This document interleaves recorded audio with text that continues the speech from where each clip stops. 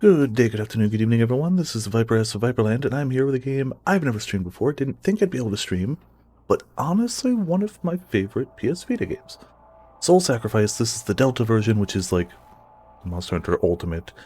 It's the better version. They released the game, then they were like, "Oh, we had extra stuff," so that's how it works. Also, hello, Birdie. Welcome to Viperland in the chat. I'm doing pretty darn well. How about yourself? So I didn't think I'd ever be able to stream this game. I couldn't get it to work on the PSTV. Turns out I just had to click a button that they don't tell you have to click. Oh yeah, I wouldn't be surprised. It's a Vita exclusive. This is one of the games that was supposed to be like a big... Yeah, I started a save file yesterday and played like 10 minutes just to make sure it worked. I didn't even get through like A level, So yeah, I wouldn't be shocked if you've never heard of this. If you didn't own a Vita, most people didn't hear this. In this world, the weak at heart succumb to greed, but their crimes will not go unnoticed. Also, this game's super edgy. But the sorcerers are watching, and it is they who mete out punishment to the guilty, they who murder in the name of justice. Game is super edgy. I really like it, though. I really like the game. Or I did almost a decade ago. This is 2014. So, like, does it hold up? We're gonna find out. I remember really liking it on the Vita. Who knows how well it actually holds up? We're gonna learn today. Still working, unfortunately. Yeah, we got a nice snowy day around here. Not enough to like stop work or school or anything, but it's enough to be like pretty. So he dead. All right, and now it's us in a bone cage. You know, as you do.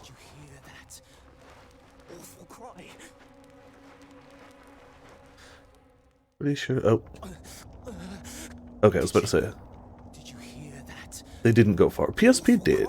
Let's be honest. PSP did. PSP held its own for a while. Vita had a lot of potential and honestly a lot of good games. But it didn't sell well, it wasn't marketed well, and first party dropped it too quick. It still had a ton of great third-party games, and the first-party games that are there are fantastic. Soul Sacrifice is a great game. Gravity Rush is a great game and has been re-released on PS4. This has never been re-released on other systems. Gravity Rush was, and that was a fantastic game. What's the other one? It's the same developers as Little Big Planet. Like, Tearaway, I think it's called, which was also re-released on PS4. Fantastic game! They were all originally Vita exclusives. I have Maverick Hunter. I didn't download it, though. I didn't play much of it. That was the like re-release of Mega Man X, right? Or Mega Man 1? I don't remember. My secret's discovered. So much for my great escape. Well, so I guess he can cast magic. I couldn't tell anybody that I was reading that book. I was almost there. I was so close to learning Magusar's secret. Yep. Megasar sucks. He killed. That's Megasar. He likes to kill people. He's very good at it. But better, yeah. Honestly, the only Mega Man game I ever put any real time into was X4, and I really liked X4. Oh, and the Battle Network series. 1, 2, and 3 for Battle Network. Good stuff. Big fan of those. Otherwise, I never really played a ton of any of the classic Mega Man games. Like, I accept they're there, I accept they're great games, but I haven't done much of them. Very gory, yeah. Like I said, super edgy. So yeah, that was our bone cage neighbor. He exploded. It's not like Resident Evil 7 gory. It's not quite that like realistic or crazy. Yeah, he's a big evil sorcerer dude. You know, gotta have a big bad. Hurry up and hide me, you idiot, before Magusar discovers me. Ready for our best round of this game? Talking book. Yeah. Talking book friend. He's our quest giver. He's usually insulting us, Down, you but you know. mindless half-wit. I am Libron. I am a book. I am a Far book. like that. Yep, it's a book. I am the journal of a certain sorcerer. But I am no ordinary journal. You can revisit my contents in Phantom Quests. Yeah, so the entire game basically takes place in that book. We stay in this cell, but the book is our quests, our way of doing things. And it's all basically like reliving the past, but whatever. Now loading.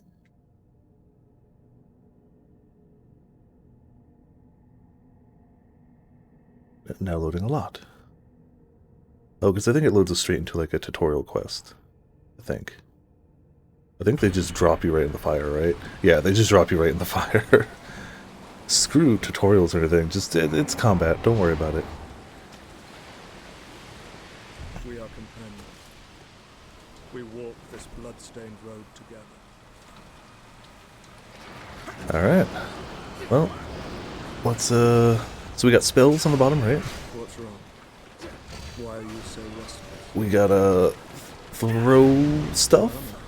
We got wall Stupid question. that we can shockwave with, apparently. Haha. I wonder how much damage the wall can take. I don't actually know. Well, that's about it. Circle seems to be heal. Yep. We've got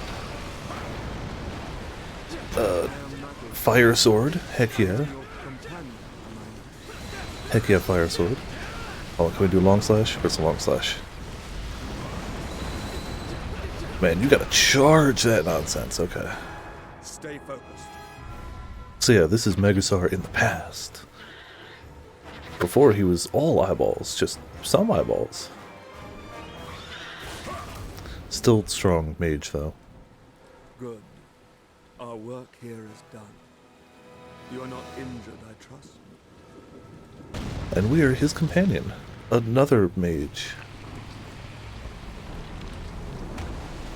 So yeah, don't forget, this is the tutorial.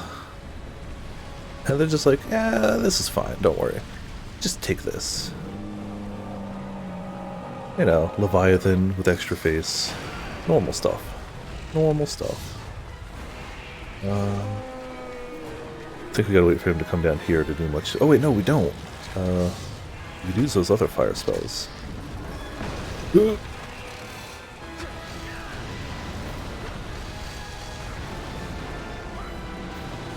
on, shoot him. I don't know if that reached. Oh, I guess he's totally out of range over there, isn't he?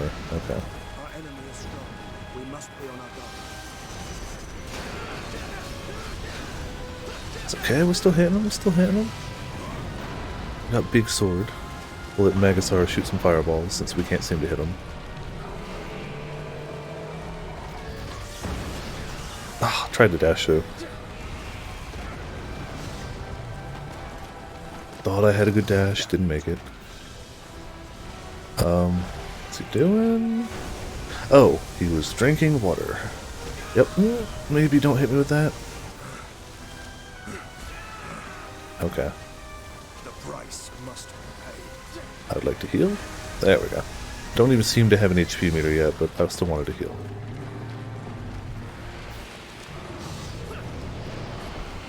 There you go, that's a better dash. Yeah, much better dash. Woo, much better. Oh, that's what I needed. Oh, we got a fire dash too. Haha. Behold the Black Rite! Alright, Magusar, you do your thing.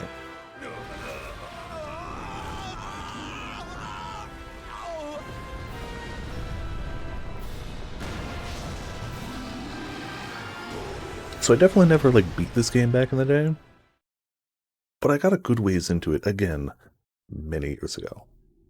Oh, that monster's straight out of Bayonetta, 100%. Like, it's not one for one, but that's a Bayonetta monster. For sure. Not every monster in this game is. They're mostly dark takes on Grim Fairy Tale monsters, predominantly, is what this game has. Like, really, like, twisted takes on, like, classic fairy tales. I don't know what that guy is. I'm sure it comes back later. I don't, off the top of my head, know. I don't know what it's supposed to be. How did it feel to relive the past? But for sure, that's a Bayonetta monster. What you saw was recreated from the journal. You met Magusar, I presume, back before he went positively mad. Also, hey Mitz, welcome to Viperland of the Jet. How you doing? You're not dreaming. This is just what I do. Yeah, read the book, travel to the past. It's normal stuff. Alright, so we have one quest to Every go. secret is written within me. Yeah, so that's our character select, basically. Or character creation. Answers, read me to the end. I even tell the secret. And stream videos on Discord. Ah, cool. It's not very difficult, Study the journal closely. but it has to be from PC. Like, I couldn't stream something from PS4 on the Discord, to the best of my knowledge. Maybe I'm wrong, though. Maybe I'm wrong. Miserably, I'm afraid.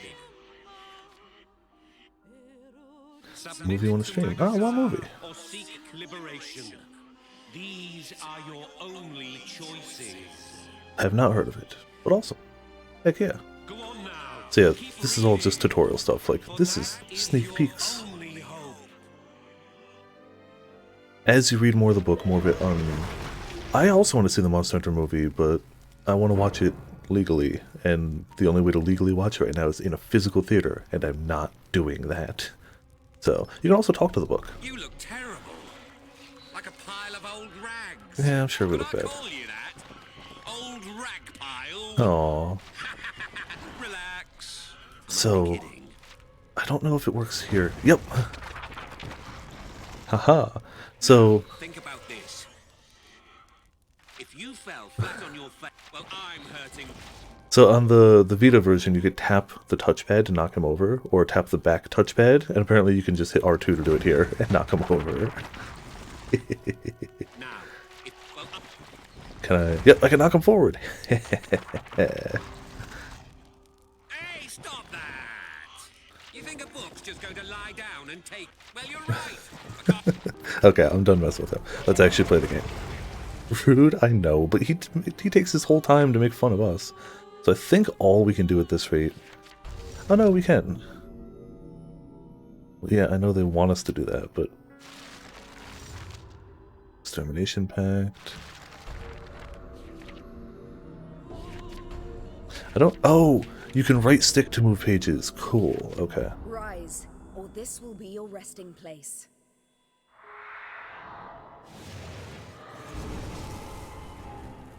I had been caught off guard, not cold by a monster.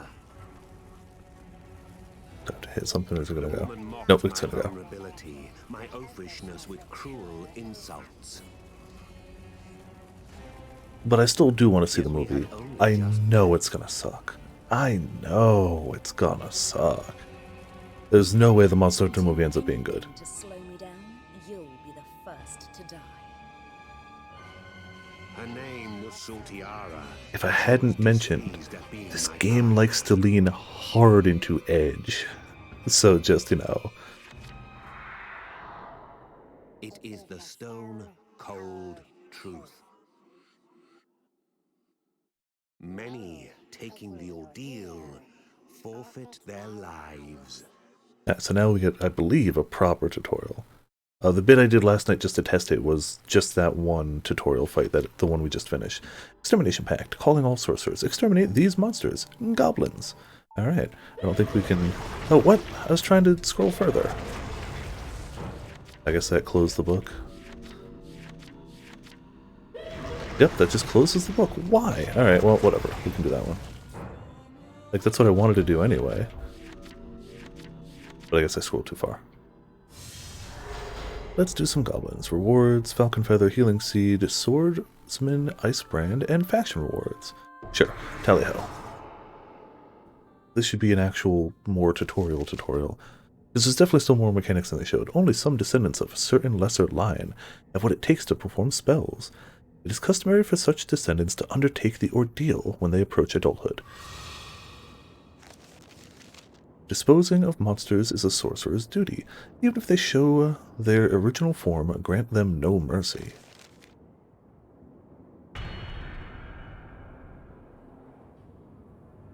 Alright, well, let's poke some goblins, I suppose. Yeah, the arena design in this game is pretty awesome, in my opinion. Like, there's a lot of, like, cool-looking areas. Pun not intended, but applicable to this area, not all of them. Stay the hell awake or die. Yeah, she's clearly a friend. You can tell. Alright. Offerings and spells. Make offerings of things you own and gain magical power in exchange for their life force. There are hundreds of items that can be used as offerings, so the spells we have are physical items, and we're, like, sacrificing a bit of them every time to use a spell. Let's find something to spell. Aha. Wait, what? If you find certain things to draw power from, there you go. You can make some armor. Look at that. So we got a frost. Oh, a nice thing. Okay, we got bones. Oh, a bone arm. Punch. Big. Make the sacrifice. Big punch. The bloody thing out of its misery. Okay. So, you have a choice every time you find a dying monster, be it big or small. You can save it and get yourself more life, more health, and more defense, or you can sacrifice it and boost your attack. Also, there's a really loose morality system in this game, depending on whether you save or sacrifice things, and in Delta they added a third one, where you try to stay very neutral. It's actually harder than it seems to stay neutral. So we can either go tanky, offensive, or kinda a bit of both. I'm gonna try to stay kinda neutral, but I want more attack for now. So yeah, the goblins are they're just a collection of rats. Sacrificing renews offering strength. Avalon sorcerers gain the following effects. Sacrifice renew offerings, which is really good. Because your offerings have limited usages. That's a key thing. You can use it too much and it's gone. Salvation restore health.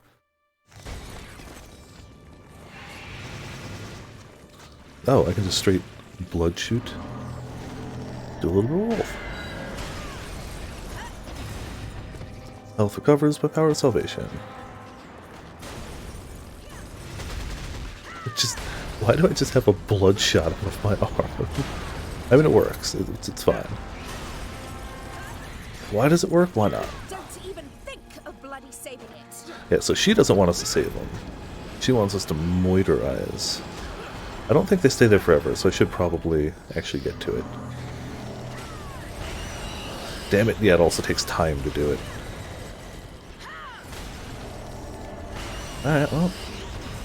Also, hey Mint, welcome to Viperland in the chat. So we basically have to decide early-ish whether we want to go full... Bloody saving it. Do we want to go full Unga Bunga, sacrifice everything, edgelord? Do we want to go full tankiness, save everything, Paragon of Virtue? Or do we want to go try to split the difference and go middle ground and try to keep balance? You can kind of change, but the further you get in one, the harder it'll be to, like, swap or balance. But hey, tutorial quest, got it.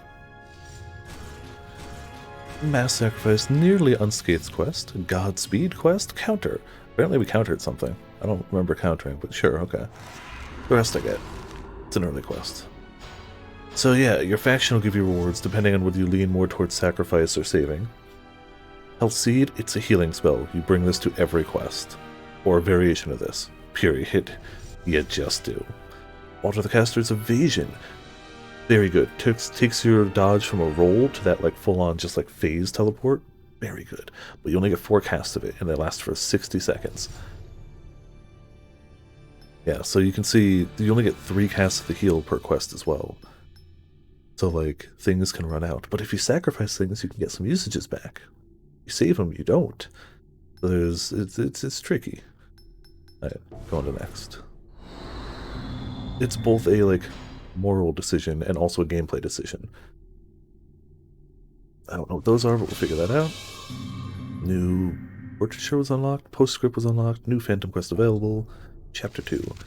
Save it. Yes, I'd like to save game. It's good to ask, but yes, I want to save.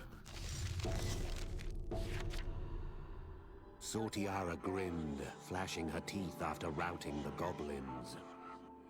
Yeah, if you couldn't tell, she's on the sacrifice side of the factions. It was the first time I saw her smile.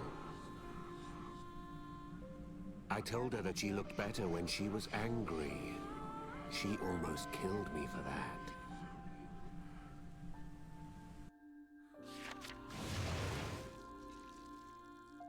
But little did I know. I do like the storybook, considering this is all literally being read out of a book in game. Never see her smile again. I kind of like the storybook storytelling of the game. Worse, the memory of her smile would haunt me forever. You know, no foreshadowing in chapter 1. 0. None at all. Wait! I almost forgot. This journal can be altered slightly. Only certain special pages, of course. So you can customize your character, obviously. Let me show you. And set your loadout. That's also pretty important. Portraiture. But this is a portrait that can be retouched. You get to choose your character. You're still a nameless sorcerer, thus but you changing know. the appearance of the sorcerer in the story. But you still get to customize your character to some degree. Male, female. You get, well, actually a few different faces, though it's usually covered. If you couldn't tell, you usually have a hood. So, like, how much the facial features... Wow, I didn't realize how many facial options they gave you. Like, they're just presets, but, like, damn. They did not cut back on it. So what's the edgiest we can go? If this is an edgy game, I feel like that's a good one. Oh, what's this? That one. Okay. Different skin tones. Cool. A wide heckin' variety. A very wide variety. Oh, man. Honestly, if we're going full edge, might have to go M. And apparently you don't need to actually choose them. They just... I feel like... Oh, or you. Honestly, yeah, we gotta go full edge, right? What's an edgy haircut? Tempting. Let's see what else I got, though. Oh, hold on. We can select it for now.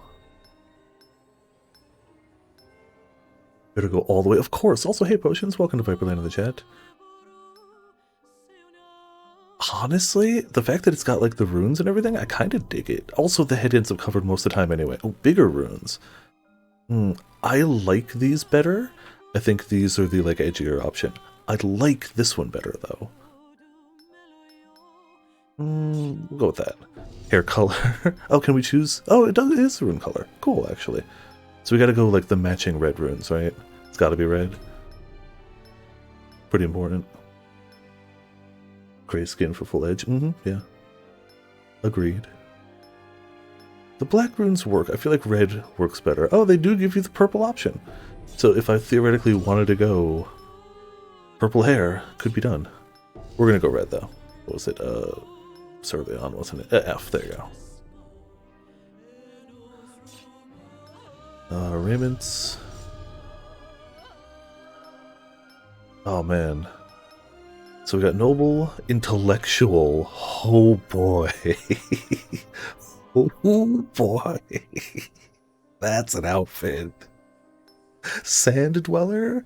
It's actually pretty cool, but, like, compared to what we've got right now, like, jeez. Slave outfit? Fairly standard, but considering we've got crazy... Wait, why did it get rid of... Is that hair part of it? It must be. Oh...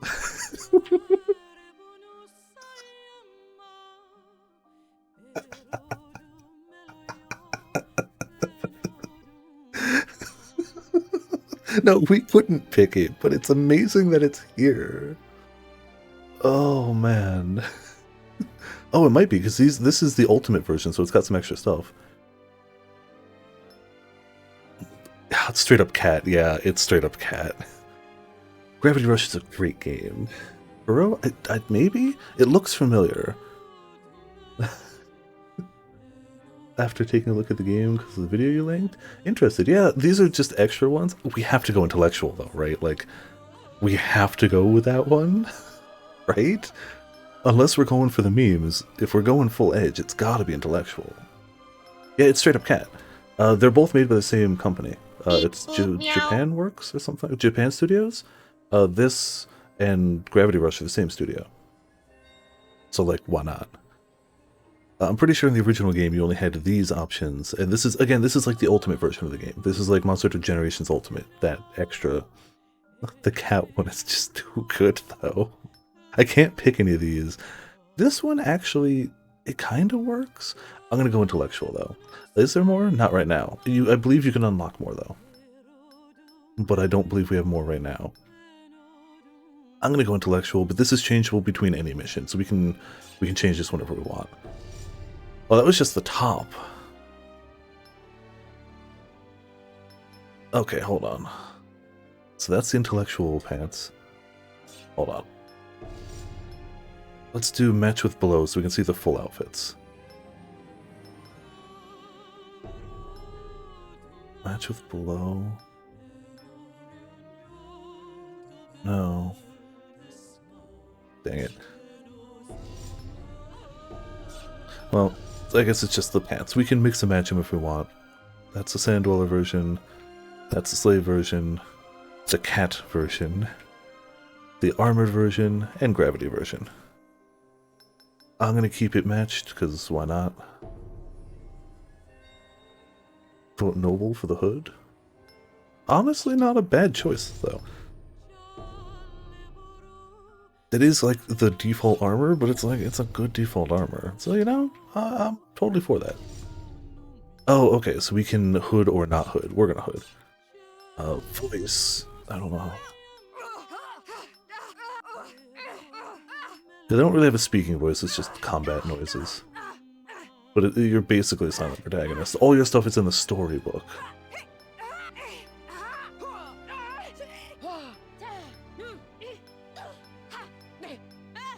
It's a lot of voices.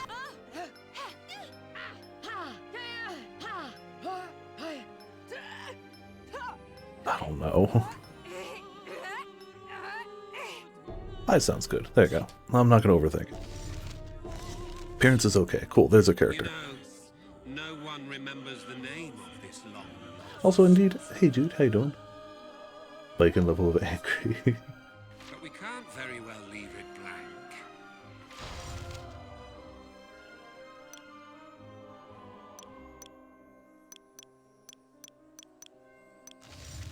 blank. Press is the name. Cool. This person belongs to the distant past. No one will mind if you smudge them out of existence. Had a vacation day, so figured it'd be a good time to watch. Heck yeah. You gotta go shovel some of the snow. Important too. Okay. Also, don't forget, at any time we could tap the screen and knock him over. Hey, stop that! You think a book's just... well, you... Or touch the back screen and knock him forward. Okay. I ain't kidding on this one.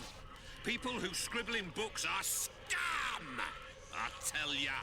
The book would say that. Worthless wretches who don't deserve the lives they've been given. You want to soil my pages? Then prepare to meet the full brunt of my wrath. Give me your best try, dirty! So there's a way to wipe the tears and gain a thing, but I don't know how to do it with this control. On the touchpad, you would literally wipe it. I don't know how to do it on the controller, so we're just going to read the journal. It's fine. Look, you're going to love this. Oh, there you go. Wipe the moisture around my eye. Don't know how. Oh, there you go. Okay, R2. We got some lacrima. That droplet on the tip of your finger. It can be put to great use. Don't scribble in books, it's true. You can use it to erase portions of the records within me. But only parts of them, mind you. New droplets will form again in time. Every now and again I just cry. Just don't worry about it. Oh, and by the way, these are not tears, you miserable troll. Definitely not tears. Totally not. Okay. Also, we can fast forward to the postscript, the end of the book. One last thing to be noted. My name, before I forget it. Creating one's existence, a fate worse than death. My name is... censored. Contained within these pages is proof of my existence. Alright. So, page at the end of the journal, yep. We also want to make sure we bring offerings. Sign offerings, change the spells you take on quest. Customize 2 palettes of 3 offerings each. You can also drag icons from... Yeah, I can't really, but... Alright, so... Sanguine Cannon. Why is that different? Oh! Cost a medium amount of blood, cost a large amount of blood. So we want a heal. Only bring up to 2 offerings of 1 type. Let's set a special sigil can relax us. Okay, so we can only bring 2 sanguine attacks, I guess. Or 2 heals. We do want that. And screw it, let's bring the large amount of blood. Alright, cool. Tally ho. Next quest. We did that one, chapter 1, difficulty basically not. Half of those who attempt the sorcerer's ordeal will die. So yeah, chat. Do we go This was perhaps sacrifice the world? Do we go save the world? Or do we go try to keep them even? We have this choice. In general, sacrificing gives us more usages of our attacks and ups our attack. Saving gives us more health and more defense. I don't remember what neutral does. We'll probably get to that. I don't remember. But generally speaking, sacrificing, good guy, tanky, yay. Or saving, good guy, tanky, more health. Sacrificing, unga bunga, full power, screw you, we're gonna murder everything. She was just another person who signed up along. Dark Knight save the world. Reluctantly. Follow my lead. Death to all. Yeah, our tutorial person is very much in the sacrifice everything camp. Her fell upon deaf ears. Very much. If it wasn't obvious. But I knew this could work in my favor. I was wise to keep my distance.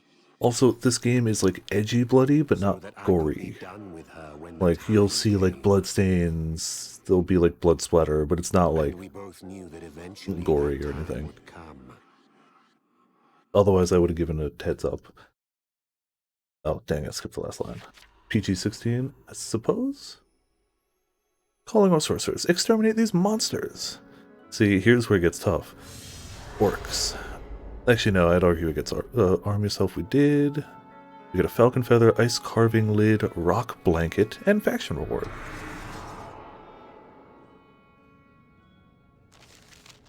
Most sorcerers belong to an organization called Avalon. Joining is proof one has come of age as a sorcerer. One of my earliest memories is of my parents telling me about necessary evils. My parents were sorcerers. It was fated that their path would become mine. The bloodstained path I walk to this day. There's actually a shocking amount of story to this game that's, if I recall correctly, not awful.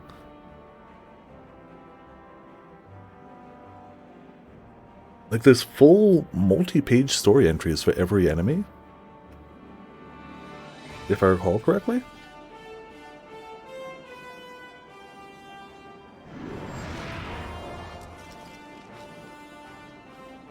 Follow in my wake.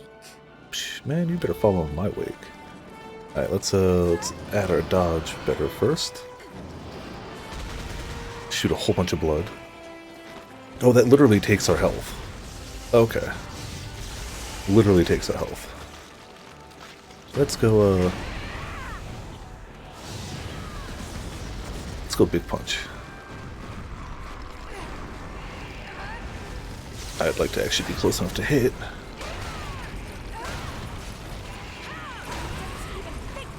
Five targets remain. Alright, so again, we have that choice. We have somebody saying save, somebody saying neutral, so I feel like it's safe to, considering we already got a little bit of sacrifice going on, I feel like hitting save there is a decent enough call. Oh man, we could do even better. We could do long punch. Oh, it's already dead. Damn it! Well, so yeah, those orcs, they're actually little cats. They're just kitty, they've just been enchanted, you know.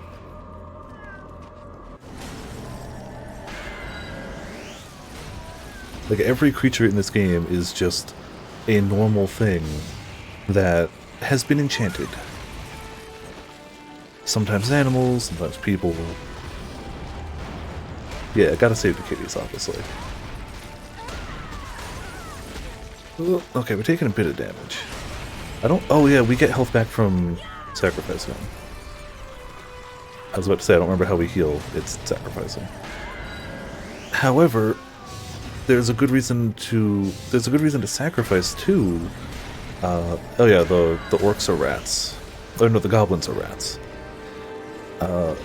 If you sacrifice, you get usages of your attacks back. They are limited use. So, there's pros and cons to both sides.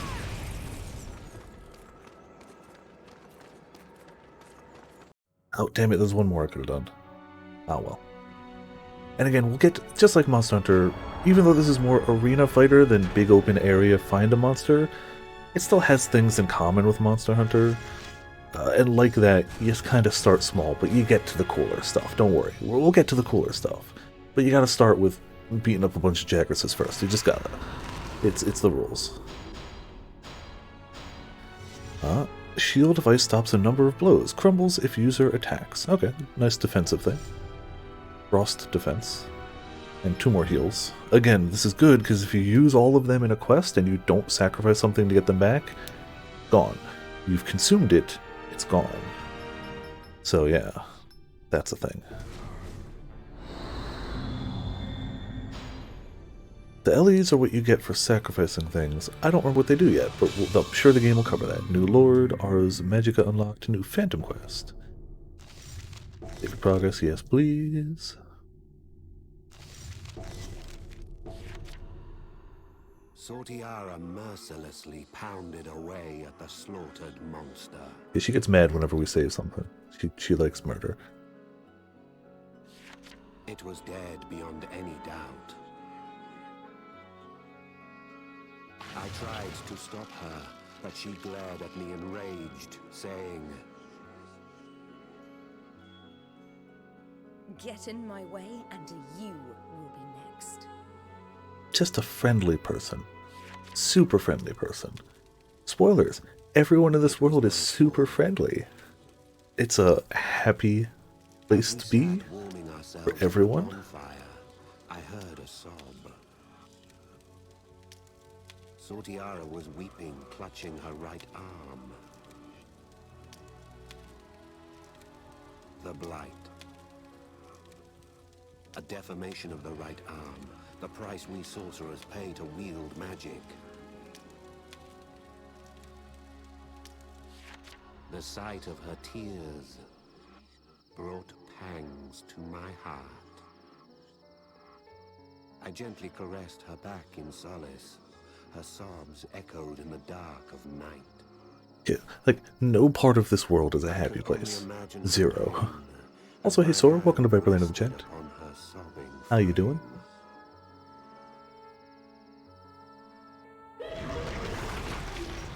It's just a happy place. Yeah, we've seen her. You would be wise to watch her closely. Spoilers book. You have an impact on our author. When the book itself spoils things, come on. Come on, book.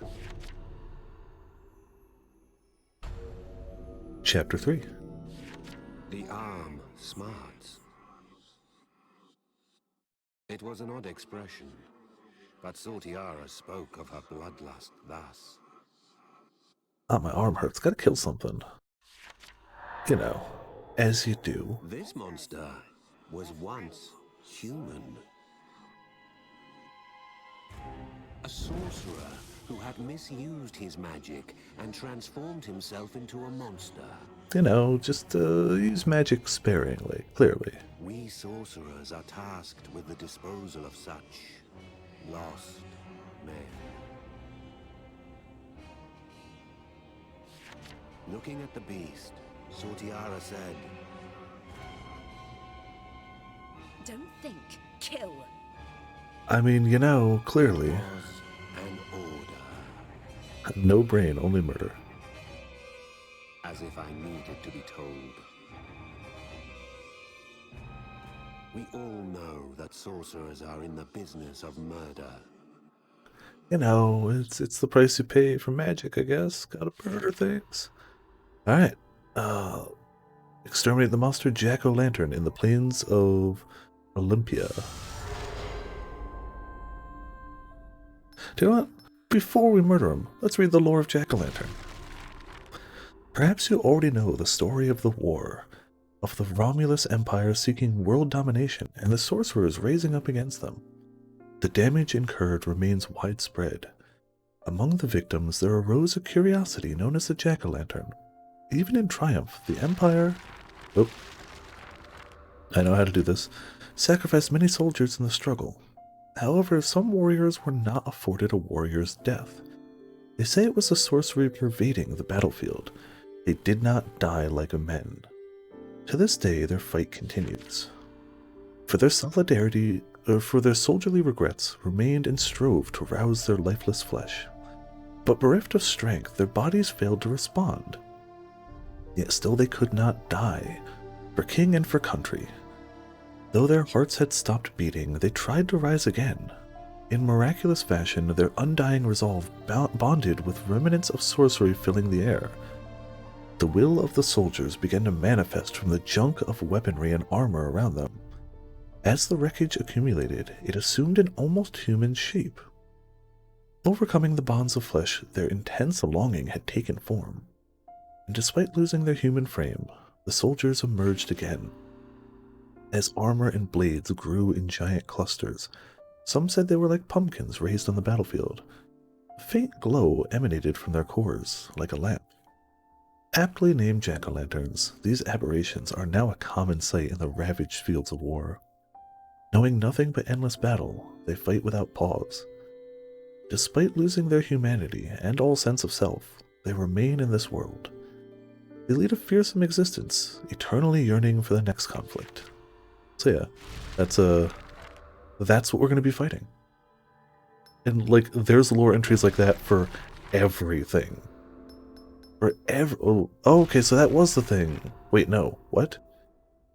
Apparently there's DLC stuff for this. Apparently Bahamut is a thing. Apparently. All these should be stuff that I just downloaded from, like, DLC quests, but apparently there's Bahamut, so you know. That's fine. Do we wanna...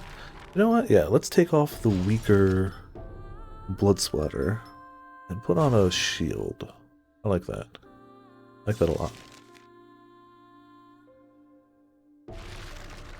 Cool. Tell you how. The lore entries are cool. I like it. I like that there's that much for, like, everything. Monsters must be punished, even if they show their humanity.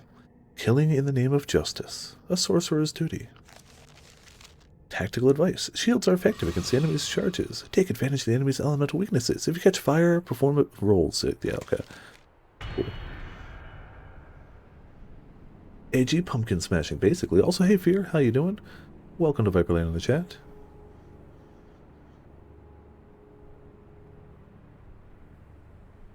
Got a nice big open arena. It's looking fine. Oh, you know, spawn right next to enemies. Cool.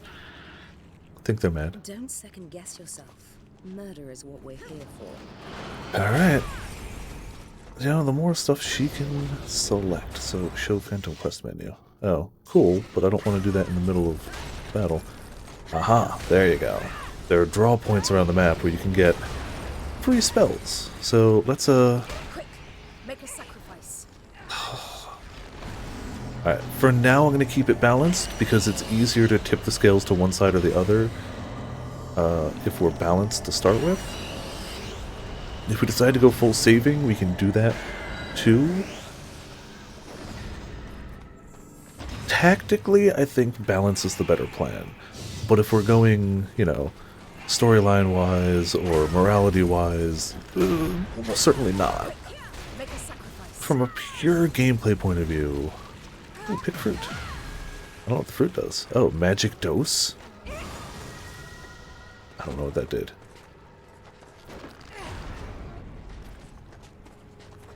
Apparently beating that makes a tree. A leash? Oh, okay, it's because we beat up a tree. So this should be the actual... I guess the tree is just going to run away?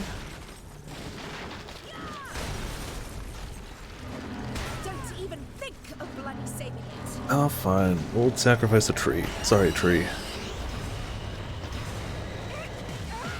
I really don't know what eating stuff does, but whatever. Alright, so that guy is going to be the actual thing we need to fight. We're kind of just preparing over here. Save this tree. There you go. One tree sacrificed, one tree saved. It evens up. Aha, every now and again you can find draw points that renew things too, so you don't always have to sacrifice. It's just the easier way to go about it. But it's not 100% required. I don't remember if there's a better way to visually tell where there's like a point of... Aha, inject arm with power and then we'll go fight the dude. Cool. Free arm buff. Alright, let's go fight the Jack-o'-lantern.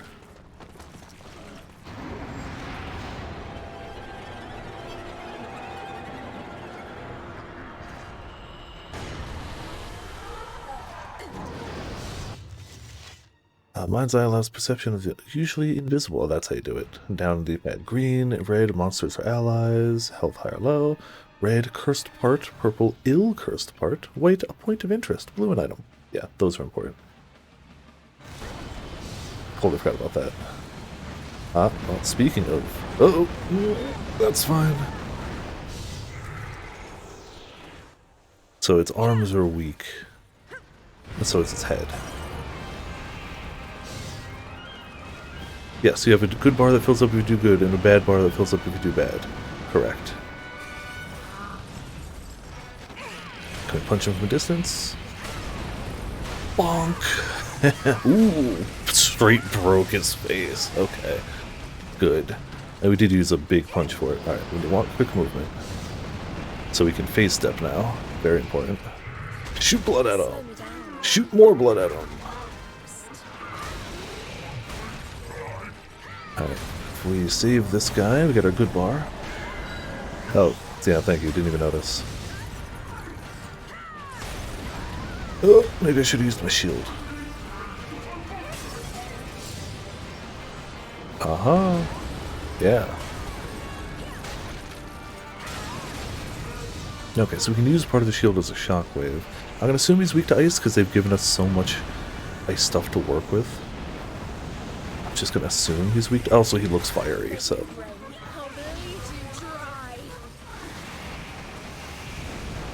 Destroyed another cursed part, or ill cursed part.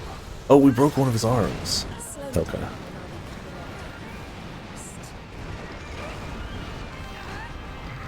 It'd probably help if I actually hit the fool. I don't like that. I don't like that. Alright, little rat man. Sorry. We need more health. Come with me. Cool. We do actually have a healing spell too, but life level up, defense recovery boost. What's this? Come with me. Life shard gained, alright. And what has he still got left to break? If we can even... His left arm. We've broken everything else except, well, his right arm. Left looking at him. So if we can break that, you know, break some more monster bits. Gonna stay away from that. Wait, inject legs? With what? Where was it? There it is. Inject legs with power. Yes, please. Ground movement. Yeah. Oh! Oh! That's cool. Yeah, screw dodging above ground. Yeah. It's Shadow the Hedgehog? I mean, you know.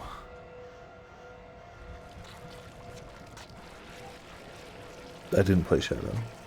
I am aware of Shadow the Hedgehog. Well, there's the soldier, man. Approach, then save or sacrifice. Alright. Save archfiends, forgive doers of wrong, sacrifice them, slaughter for justice. See, it's murder for justice. It's murder for justice. You know.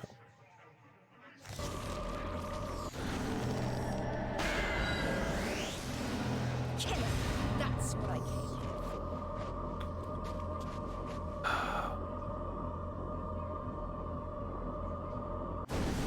Yeah. Oh, we gotta fight against her. She's trying to kill him.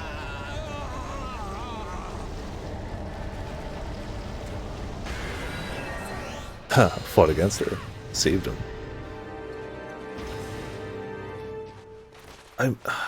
I'm still unsure whether I'm going to go full save or try to spread it between save and sacrifice. But, like, I feel like we have to stick to ground rules. Like, can't sacrifice cats. That's just hard, fast rule. Not going to sacrifice the cats. People... Let's see. Saved. Mass sacrifice, attack cursed part, destroyed cursed part, nearly unscathed, quick quest, Archfiend elemental vulnerability, destroy ill cursed part. We got points. Do I remember what the points do? No. But it's fine. Got a bunch of new things. Wow. A bunch of new things. Conjure a finely honed axe to repeatedly slash foes. I like it. A flame crawls the earth seeking foes. Charge to enhance. I like it. Homing attack. Launch a flurry of metal blades to strike one or more enemies down. I like it. Awaken the magic of the jack-o'-lantern to become a juggernaut. A morph attack for 15 seconds with big power. Okay. I think you get different rewards whether you saved or sacrificed them. I think that's what that is. For the big guys, we saved, so Cursebreaker instead of Martyr. We can always redo missions too. So we sacrificed some goblins and kobolds, and we saved goblin, kobold, jack-o'-lantern, and we got a life shard. You can now use boost offerings. New Phantom Quest available. Int has reached 1. I don't know what got us that one. The monster was saved, its human form restored. With a deep gratitude, they left these words. I will never forget this, and when the day comes, I will repay you in kind. Save your progress so far, sure. Yeah, if you save them, sometimes they can come with you as allies on quest. You can bring them as, like, palicos, basically. Like, right now we have a story companion, but at some point you can just choose your companions. I offered my hand. And also some of the story bits change, because we saved them. This monster had taken countless lives.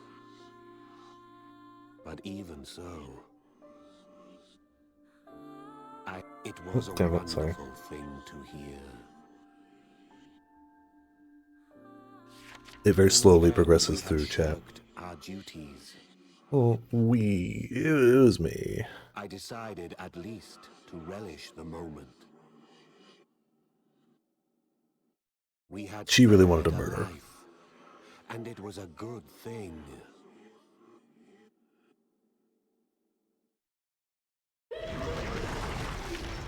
Whatever you learn in these pages will stay with you in this world. Yeah, makes sense. Eventually, you will learn to cast magic on your own. Then, you'll have a chance at bringing Magosar to his knees. Cool.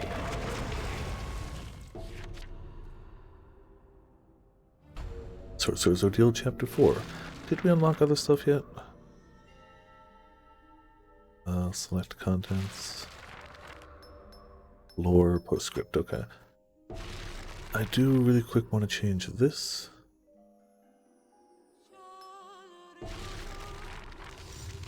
Int reach 1, you earned an int reward. Grave Clod. Conjure a rising stone fist full of malice of the unjustly dead. A third lab done, it seems that ES regen just equals life regen. This is life regen number for ES, which is that sounds very strong, yeah. So yeah, I think because we went more good, we're getting good lore. Inscribe here all offerings found to exist. May they deliver ruin into all fiends. Oh no, it's a bestiary.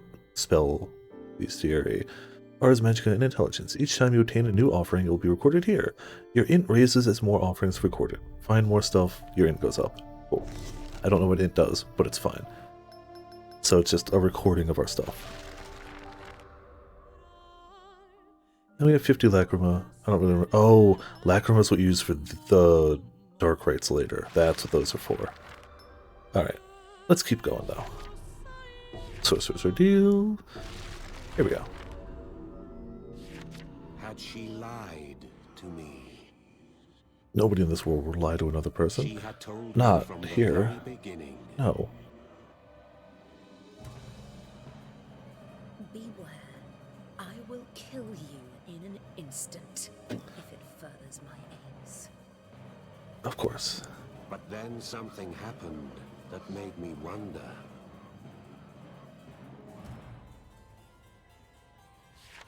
She shielded me from a monster, Dramatic. as if prepared to die for me. But why? I have no value to one such as her. So yeah, the entire world is bad, but also the entire world is tsundere. They all have to give that appearance of edge bad, edge bad, edge bad, but secretly I care. Because But whatever deep down the inside, case, clearly humans care about humans. it may be harder than I had thought to let this woman die. I was determined to overcome this fight. Yeah, this is all still part of the ordeals that mages take. Alright. Extermination Pact, we're gonna take out some ghouls. Screw it, let's lower the ghoul. We get a Mole Claw, Healing Seed, Bulgur Fruit, and some faction rewards. Crows are omnivorous creatures. They love nothing more than to feed on carrion, even the flesh of fallen soldiers. Some crows know that feeding on a dead sorcerer yields a curious power. When crows absorb sorcery, it builds up within them, fanning the flames of their desire. The sharper ones amongst you might be asking, well, what do crows desire? The answer is that they wish to imitate humans. The truth is that crows have always been one of the most intelligent species of bird, and their sharp minds have led them to one clear conclusion. In order to ensure a better future for their species, they must learn from the most intelligent creature of all, man. Those crows that absorbed sorcery learned from mankind and began to build their own society. Before long, clear divisions arose in this society between the rulers and the ruled. They're becoming like humans. The ruling class mercilessly exploited those beneath them. Whenever the lower order of crows found food, they had to give a share to their rulers, a mirror to humanity. In time, the upper class awakened to concerns beyond mere survival. If a crow from the lower orders picked up a shiny object, an elite crow would often steal it to use it as an adornment. They did this in imitation of the ruling classes in human societies. Humans would adorn their garments with jewels to display their status. There were no limits to the greed of the ruling crows. Their society was a fine mirror indeed, but it was not enough to simply mimic mankind. The next step was to surpass it. And precisely because they were intelligent, the crows knew that intelligence alone would not be enough to achieve this. The reason man ruled the world was because of his greed, because his greed surpassed that of all other creatures. To surpass man, it was necessary to become greedier than him. This is when Kenku came about. I mean, the rulers of the crows had not forgotten. They still remembered where they had first tasted greed and desire. It was upon tasting of the body of a sorcerer. They knew their greed would grow stronger with repetition of this act. And so these magically altered crows began to hunt sorcerers, and finally became known as ghouls, feared and despised by sorcerers. Alright. Yeah, let's check out some of our new stuff. So, offerings can now be boosted. Press triangle button to boost an offering, of which you have 2 or more. Cool. Consume 1 to make it better. Gives us an extra cast. Sure. I see no reason... Oh, we don't have another, that's why. Okay, but if we have it, I don't see any reason not to. So we may as well boost that one.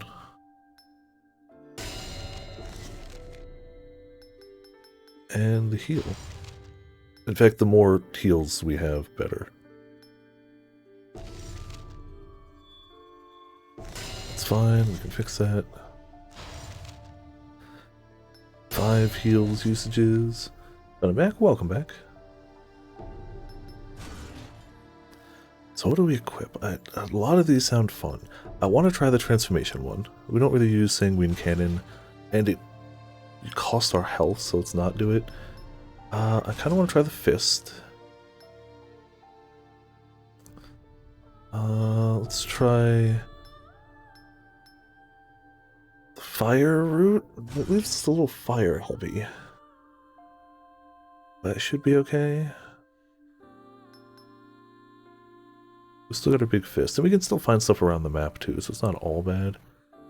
Wait, you can try out? Oh, that's cool. I'm not going to do that right now, but you can try it before you go. I like that. Cool. We'll try that, though. These are all easy enough quests we'll find. Yep, Pot sacrificed a bot. How many souls have been sacrificed? We're mostly saving, it seems. They carried Sortiara to a shady spot. They've said her name like 5 times. Lying there unconscious, she looked like any other girl. She could have been anyone. My father was also a sorcerer.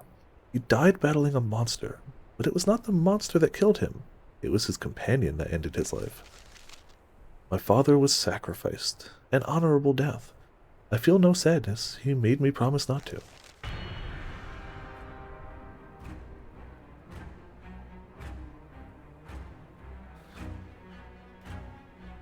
Then we beat up a jack-o'-lantern, we got a morph spell, and we're going to try out this quest.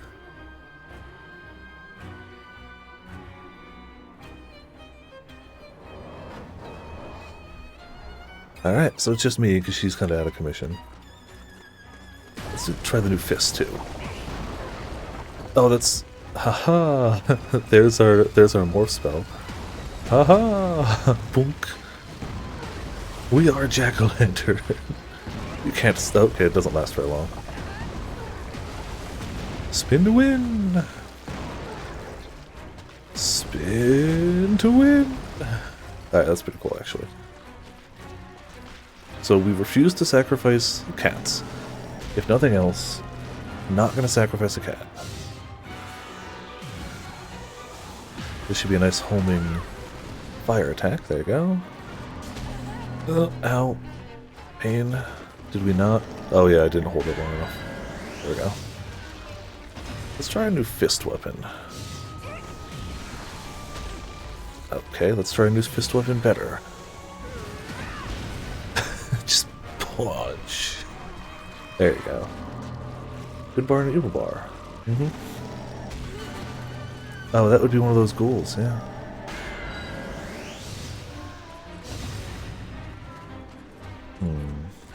That's our best way to hit a flying monster. You know, in hindsight, maybe I should have grabbed things that hit flying monsters better, instead of stuff that tends to hit the ground. Ah, there we go. Perfect.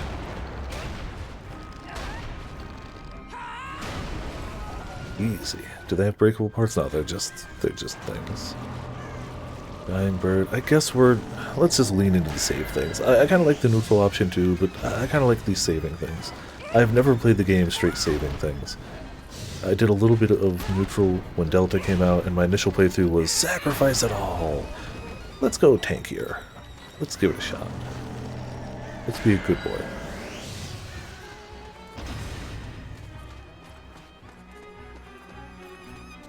So let's look around for, yeah, extra points. Points can usually give you some good stuff. What do we got here? Life shard. We get better. Inject legs with power. There you go. Ground movement. I really like this dodge. Just think it's cool.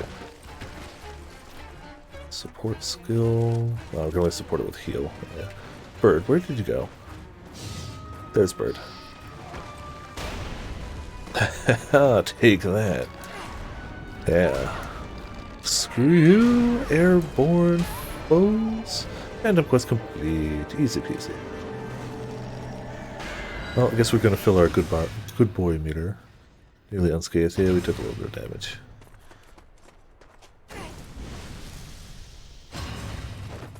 Soul shard. Oh, we got a dark soul shard. Create shield. Ah, it's gone. Is dig effective in flying types?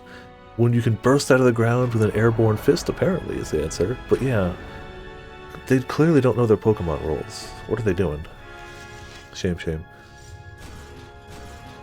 Yeah, the Scathe, Rapid, Counter, that's it. Yeah, that's about it, isn't it? Second-rate Sorcerer. Oh, okay. faction. We got Mole Claw. Alter the caster's evasion. Enables underground burrowing. Okay, so it's that, but we can cast it instead of always having to find it.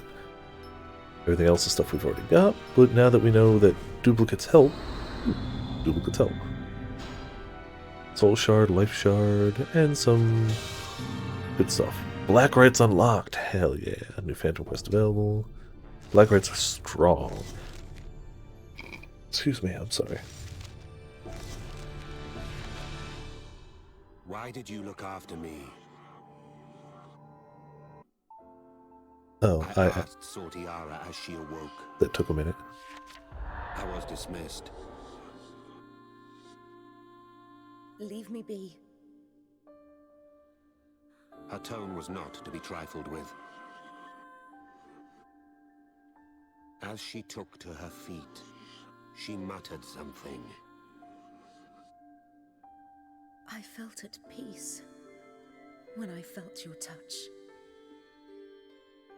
Humanity overcomes edge. Is that Sometimes. why she shielded me from that beast? Only sometimes.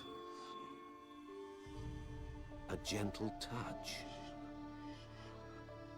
I meant it as nothing more. She gave me only curt replies. Shut your mouth. Be quiet, half-wit. Is it Half-wit. death you crave? Her The tsundere of the answers were always same, tsundere of the human never race. rang true.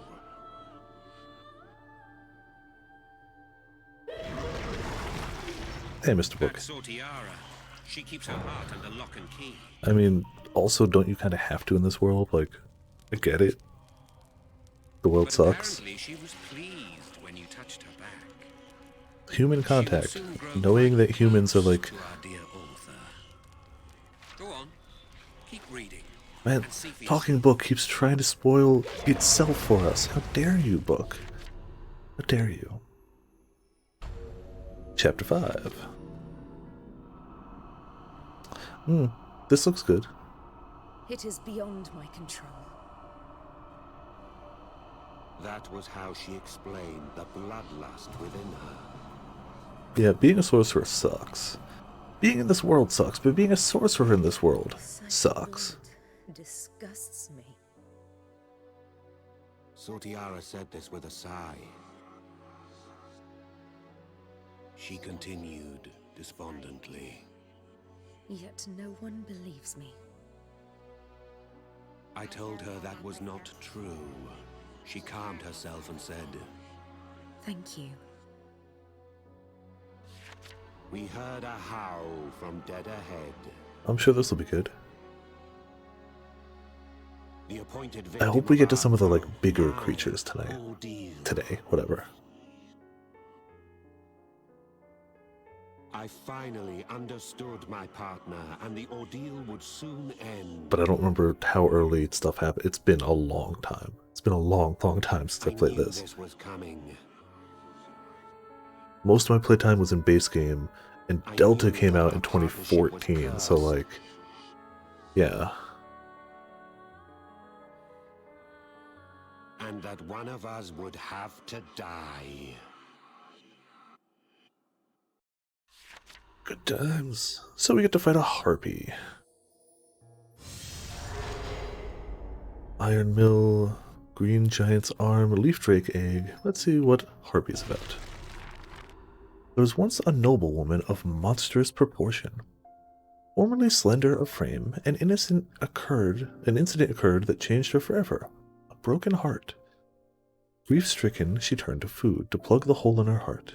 And as her appetite grew, so did her size. One day, she left her mansion to sate her glut, as was her custom. Her knees ached under her ballooning weight. Walking was now, alas, something of a struggle. On arriving at a nearby market, she saw her favorite fruit at a stall and toddled over. Just as she arrived, the vendor stood up and their eyes met. On that day, at that stall, she fell in love once more. Thereafter, she visited every day. Lovesickness whetted her appetite even more. But even as she ate, she became sensitive about her size. How could anyone love this profound rotundity? But the more her worries ate away at her, the more she had to eat. And then one day, without warning, their love was rent asunder. The street vendor was nowhere to be found. Inquiring among the other street vendors, she learned that he'd moved to a far-off town. Utterly distraught, she returned to her mansion and wept.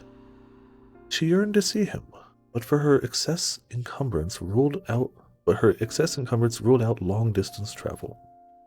Soon, exhausted from weeping, she heard a strange voice and was greeted by the vision of a chalice. To fulfill your desire, you must make an offering. The voice kindled hope in her heart, and she obeyed its instructions. She offered up her lardy surplus.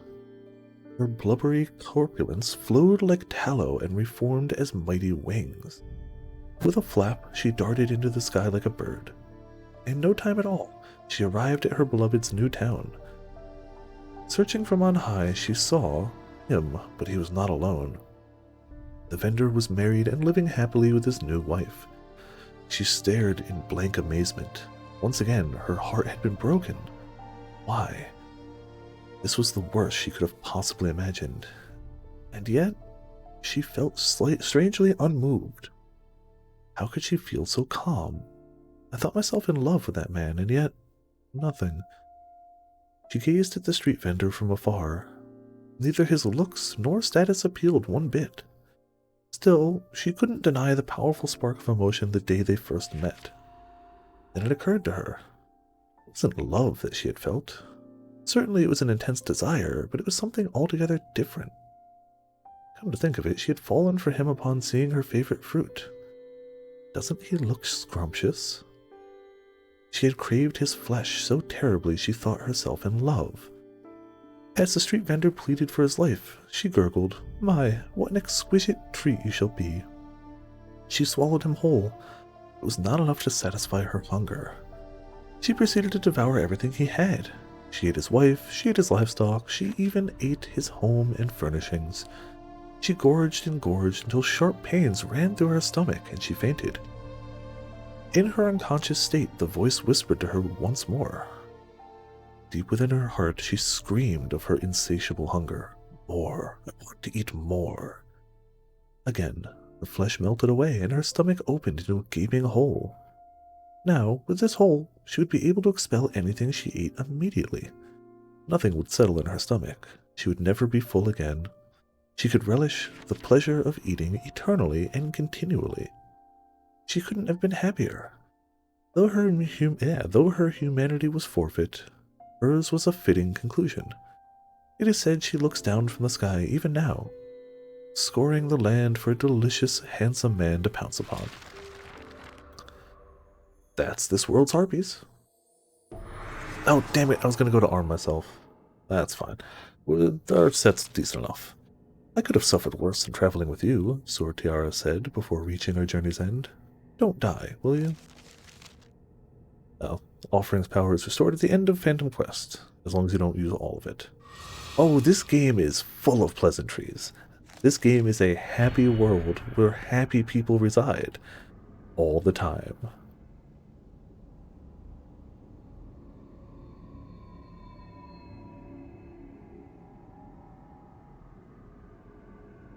Lore is, yeah, honestly?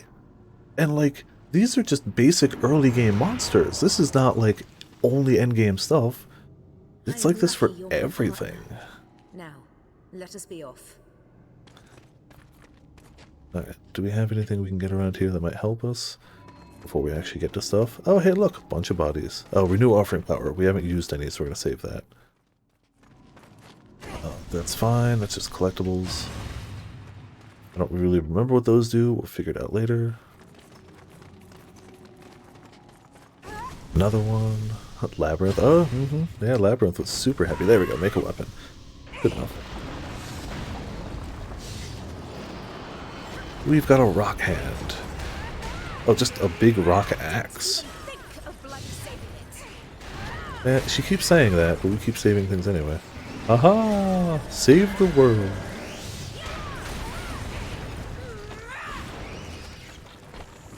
More rats get saved. Oh man, we hit level 5. Life level up. Defense recovery boost. We are getting tanky. Alright, that's the actual enemy, so let's just make sure we're ready before we go there. Draw upon healing power, we're already healed. Great weapon, yeah, we'll do this one. So we have a brand new weapon ready to go. Cool. Alright, it's time for Harpy. This is the first, like, proper, bigger monster.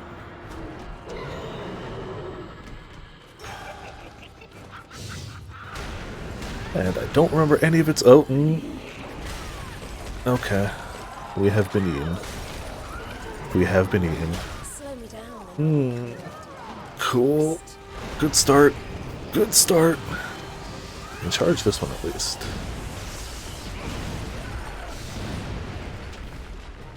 I should have brought some black rights to this, is what I should have done. If I was thinking. But I didn't, so whatever. Oh, can I ground punch too? Alright. Yep.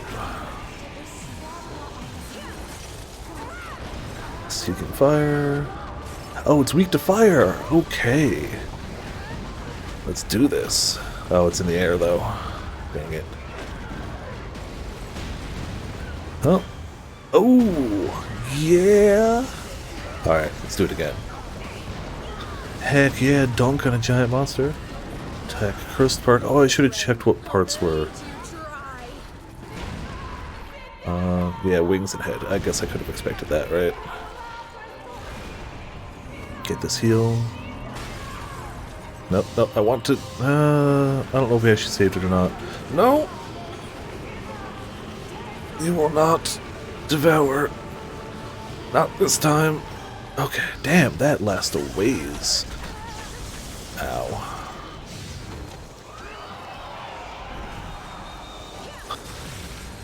Ground punch. Ground punch. So we know it's weak to fire too. So we should probably charge this up a little bit. Maybe heal. Haha, healing.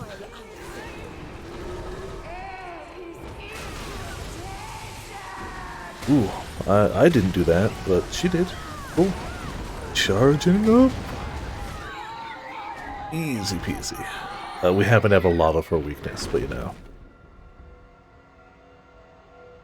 I definitely died to her my first... also, I feel like just playing Monster Hunter made me a little better at this, because my first time playing against her in, like, the actual game, got wrecked. Got wrecked.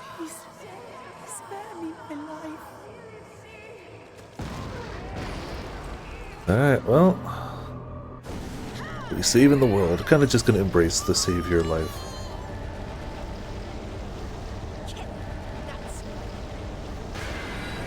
There you go.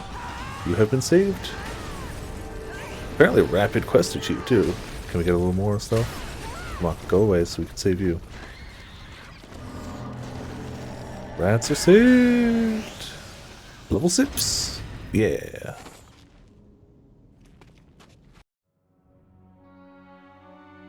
Not too shabby. Yeah, if you watch the video, Grim, you'll know what it looks like, but I hope we can get to 3 Little Pigs. Cause, like, damn, I hope we can get to 3 Little Pigs. Attack Curse Part, destroy Curse Part, nearly unscathed, rapid counter, elemental vulnerability, destroy Ill Curse Part. We didn't get all Ill Curse Parts, though. Sadly. Ooh, purple bones. Green Giant's Arm gives the user a giant arm of venom to repel and repeatedly pummel foes. Yeah, that's cool. I'll take some Venom Arm.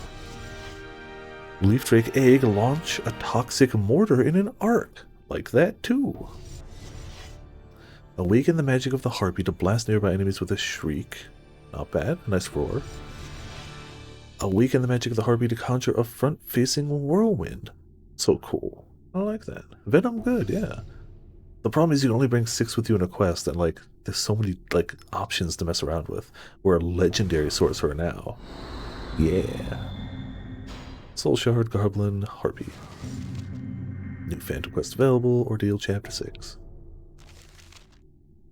And Bren. The monster was saved, its human form restored. With deep gratitude they left these words. I will never forget this. and when the day comes, I will repay you in kind. Of course, she'd be neutral. She'd be, murder some people, save some people. The jack-o'-lantern was neutral. Or it was, salvation. They were good guy. We survived. The monster was vanquished, and we both had our lives. But all was not well. Pauses just a little bit Half of between all the who lines. undertake this ordeal forfeit their lives. Mm-hmm. That much was unmistakable. Indeed, that is why I was careful not to grow too close to Sortiara. But nevertheless, the truth was simple. I thought of her as a friend. I realized this was dangerous. My resolve was being tested. My resolve as a sorcerer. There was only one thing to do. Quit being a sorcerer forever and end the game. I had to make a sacrifice for the ordeal. I had to sacrifice the life of my partner. Happy fun time world. Quite a mad indoctrination, was it not? The vile sorcerer's ordeal. Could you walk over an ally's corpse to achieve your goals? For that's the sort of metal the ordeal demands. Just one step away from completion.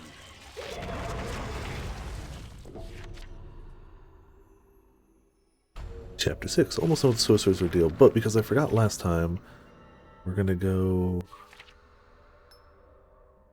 Portraiture. So we got Black Rites. Review and select Black Rites taboo magic that sacrifices your flesh. Black Rites can be activated in quest by meeting conditions. So, we only have access to one. We can offer our skin to gain the power of flame. Fire blankets surrounding enemies during rites. Pay the price with defense reduced by half. So we can literally burn away our skin, half our defense, for massive AoE attack. Once. We have to then fix ourselves, which I believe you use the Lacrimous Tears for that? I could be. Flicks your skin off, yeah. Burn, more like. Alright, so obviously, let's replace the non-elemental one with the poison one. That just seems logical, right? I kind of want to try a heckin' poison mortar. I also want to try at least one of the harpy things. Let's take off ice for now and replace it with the harpy whirlwind. Way more powerful, fewer casts of it, but way more powerful, so I'm going to take that.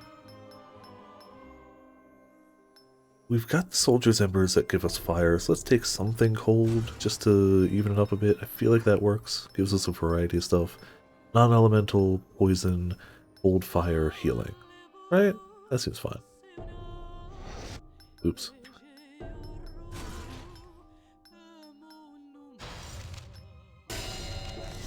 Excuse me. We may as well boost some of these while we're here. So in case we use them, they're good to go.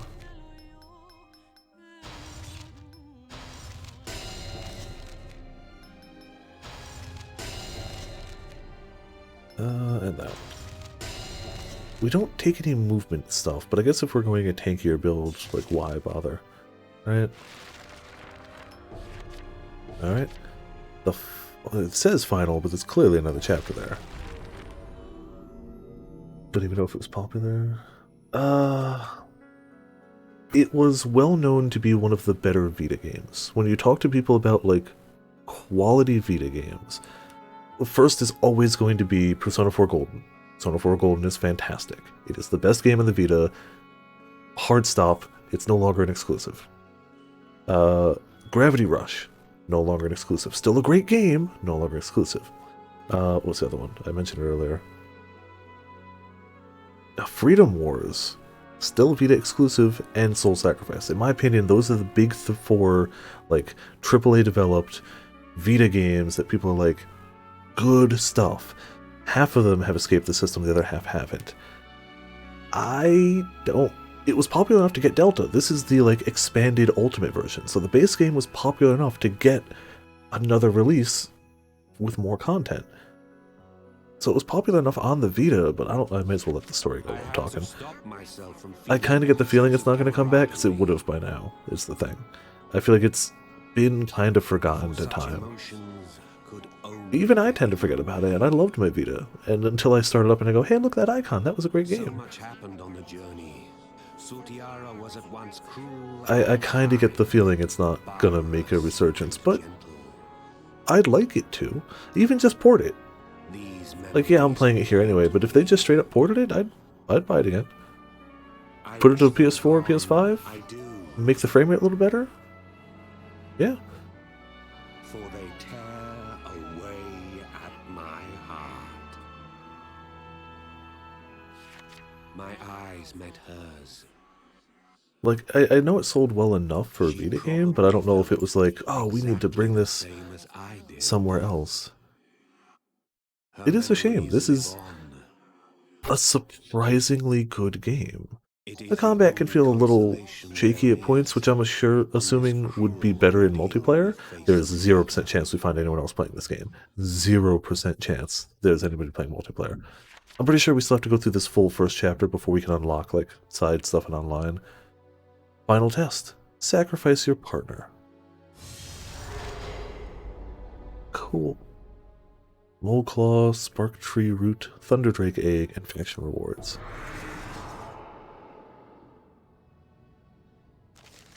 My father was sacrificed, but I bear no grudge. Indeed, if I feel any resentment, it is toward the monsters he fought. That is why I shall undergo the ordeal, to create a world free of monsters. Avalon has agents who eliminate those who disobey the rules of the ordeal. This is cold-blooded murder. It is unavoidable. Alright, Mint, no worries. Hope you enjoyed the game so far. It is definitely not something I'm going to keep an active, like, set a day aside in the week to play, but it is definitely something I will play more of as time goes on. But I keep saying that about a bunch of games. But it's definitely something to, like, keep on the knowledge of, like, we can keep playing this. But I'm not going to, like, say, like, oh, we're going to play more of this, like, tomorrow. Like, Fighting against you is so trying. Still, also, it's just, it's nice to see it on the bigger screen. It's not the prettiest game ever, but, like, this on handheld was actually kind of crazy looking. Like, this is pretty cool. Oh, that hit me. Alright, poison arm. Alright, well, you're charging your ice spell. And I did not dodge it at all. Come back here.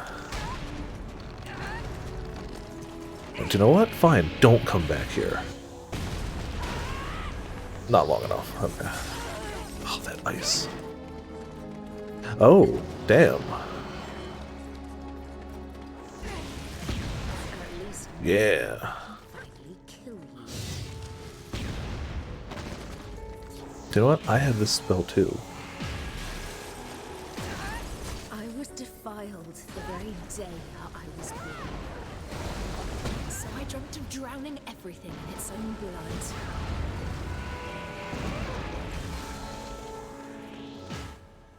Okay. So you can kind of get a gauge on their health, give or take, like high, medium, low. Hey, we got this too. Whirlwind. Who knew fighting with you would be so trying?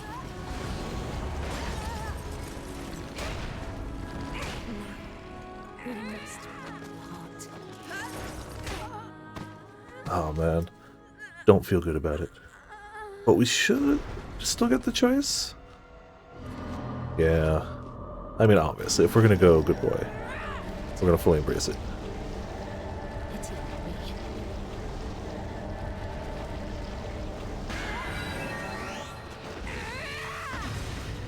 Health recovers. Mad Witch. Oh. So of course she gets back up. Help me. Does this not make it harder? Oh no.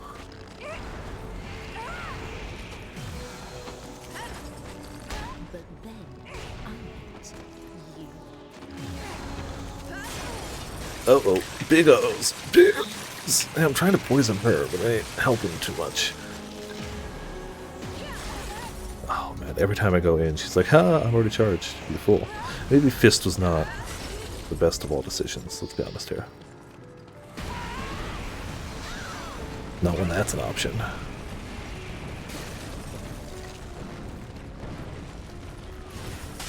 Destructible environments, like, this game's got a lot going for it, yo.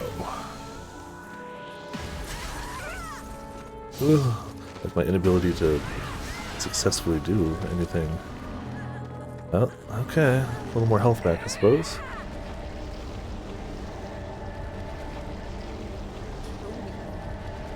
Like, yeah, it's clearly a Vita game, it's clearly aged a little bit, but there's still a lot going for it. Oh, that took a bit of my health. We might have to. We might straight up have to.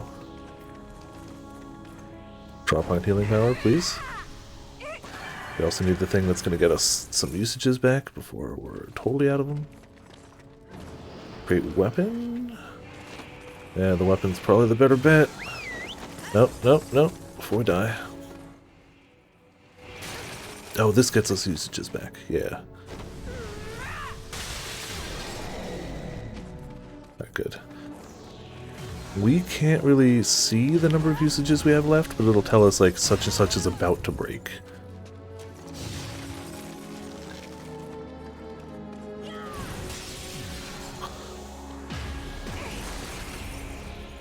No, fine. Fine. Oh, damn. Alright, nice hit. Thorwyn seems my best bet, honestly.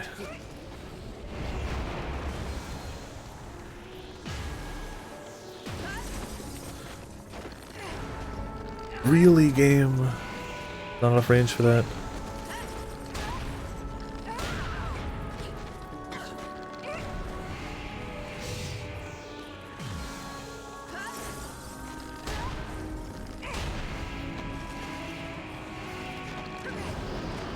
Mad at us for saving it? Yeah, she's mad at us for making it harder on her.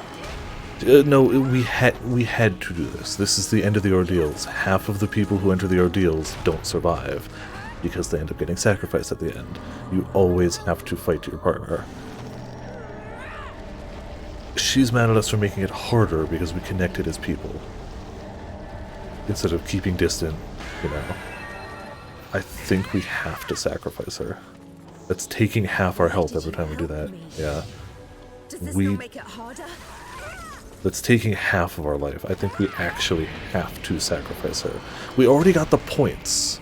We already got the good boy points, but I think it is a story thing that this has to happen. Because that was 3 attempted saves. The first time it did get us good boy points.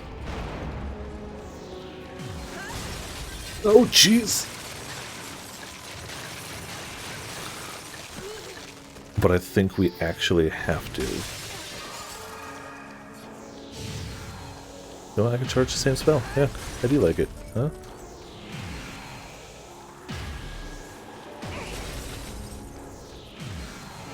It's pretty effective, honestly.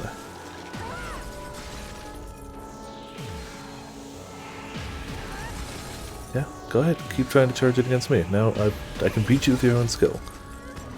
I think we have to. I think storyline-wise, it has to happen. I tried 3 salvations. I tried. But the game was having none of it. Quick quest? Really? Really? Quick quest? I don't disagree on that one. Hard disagree that was a speedy quest.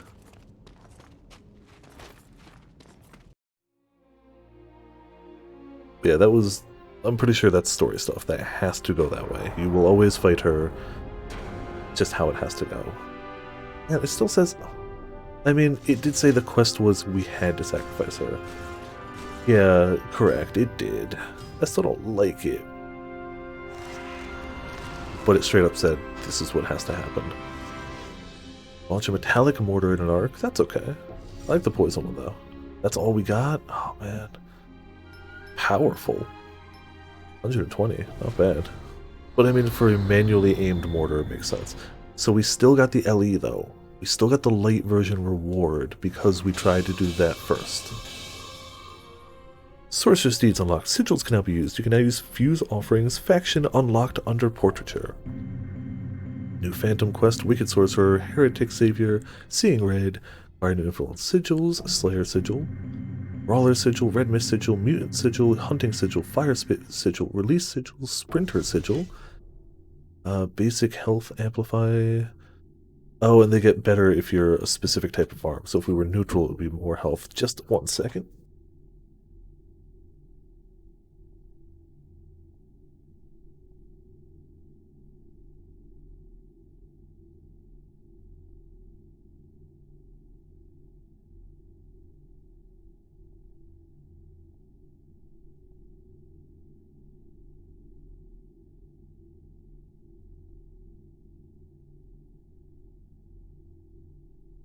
Alright, also, I should have while I was muted, just blown my nose real quick.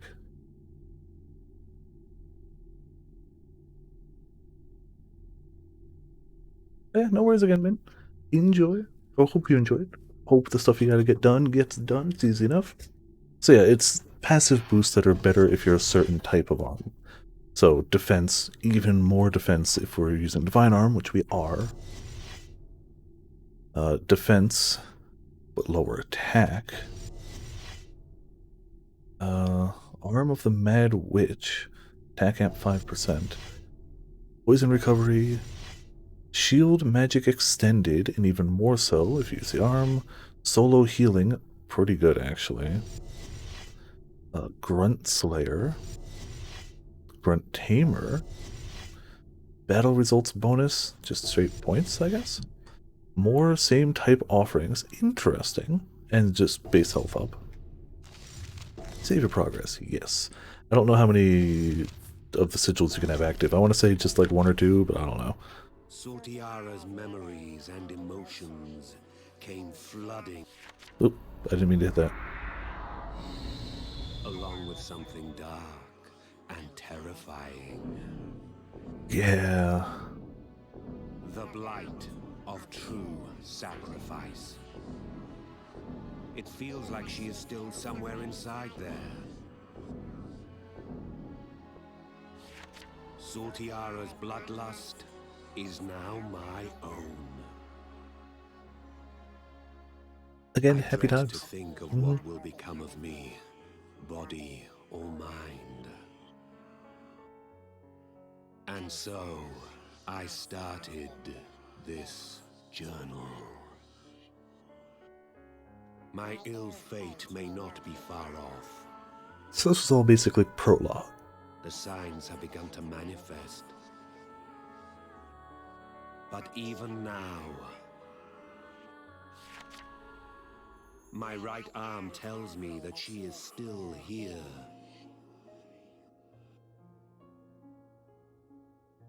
With all of her hatred, all of her sorrow, and a dash of hope.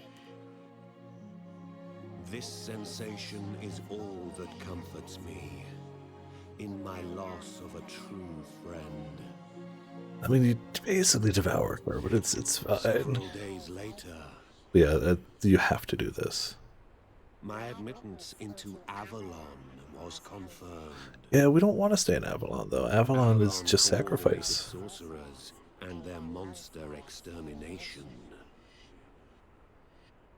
It was here that I met him. That's their, like, headquarters. The man When your headquarters looks like that, eternal life. you're probably not a good guy. Just saying, if that's your headquarters castle, you're probably the bad guys. Now we inaugurate the author's new life as a bona fide sorcerer. Bona fide? What travels now await you?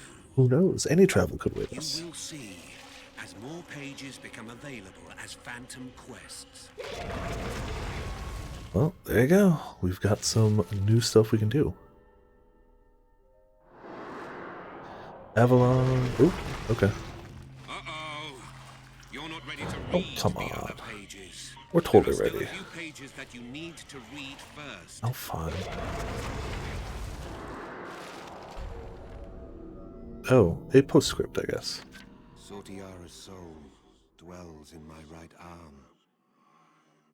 The soul speaks to me in a faint voice. That's gotta be I've disconcerting. decided to jot down what I can make out, so that it may serve as a record. So that someone, somewhere, can one day read of the sorceress Sortiara.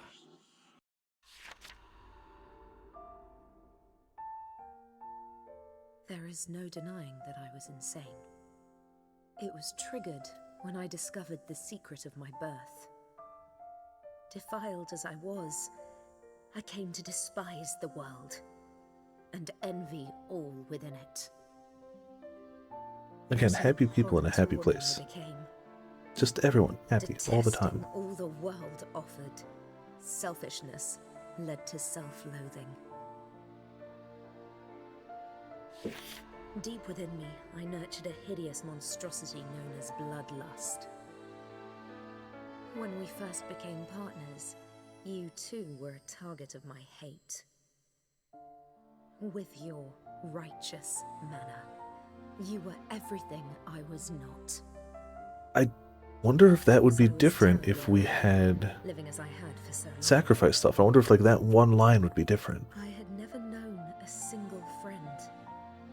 Like the rest of us could apply to all of it, but like calling us righteous, I wonder if that would be different.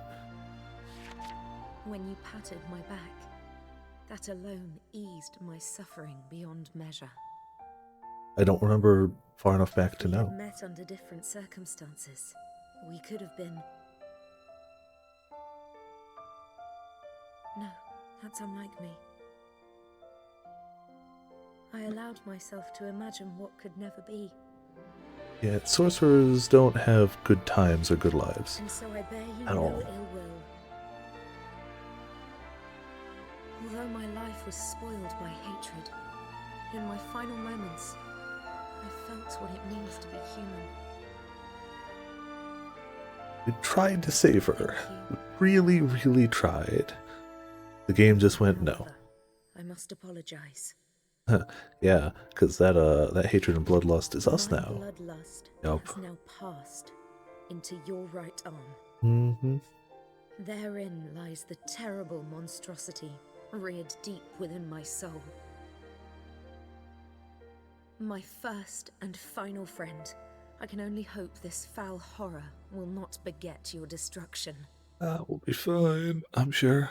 Until my dying breath, I prayed for only that.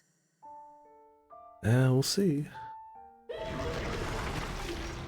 What do you imagine our dear author thought of Sortiara's final words? The bloodlust inherited from Sortiara is a unique force indeed. With its power, our humble protagonist will influence the course of this very world. Again, spoilers from the book itself, come on. And see how this grand tale unfolds. Alright. So Sorcerer's ordeal is good. Cleared it all. What do we got around here? Portraiture. Okay, here we go. So, faction. Changing your factional affiliation. The effects of sacrificing, saving, and the results of completing pacts change according to your faction's beliefs. So, we're currently in Avalon. Sacrifice all monsters and may our sins heal the world. Results favor sacrifice and scores. Sacrifice gets you more offerings, saving gets you health. Oh. I can't join it yet. Okay, so we still have that one. Right arm. Carve sigil and essences. I don't know what those do. Sigils funnel the soul and life essence from within your right arm. Select which sigils to use in upper arm, forearm, palm, and back of hand. Oh, you get a few slots, honestly. Quite a few slots. But only certain ones for certain slots. Cool poison recovery. Fine, I'm down for that. Totally down for that. Different combinations of forearm sigils may result in resonance. Resonance amplifies the effects of forearm skills. Cool, honestly. We need more soul or life essence. So we can only equip these ones anyway. Wonder... Oh, okay, we need to have sacrificed Jack-o'-lantern, Grave Spike. Okay, gotcha. Let's go these two then. Mostly because they're the only ones I can. Misery, Grave Spike, okay. Resonance, Solar Healing, Magic Amp, Shield Magic Extended. Cool, so we should have a shield at all times, I guess. Base health, can't do attack, can do defense. Defense up, attack down, no thanks. Defense, right? I feel like that's good. X right arm. Grunt Slayer. Reduce damage dealt to grunts. Reduces damage sustained from grunts. Bonus to battle results, I mean... Right arm manifests Sortiara's will. Boost or stunts attack. Applies to all elements. I'm curious about that. What is that? We still have a divine arm, it seems.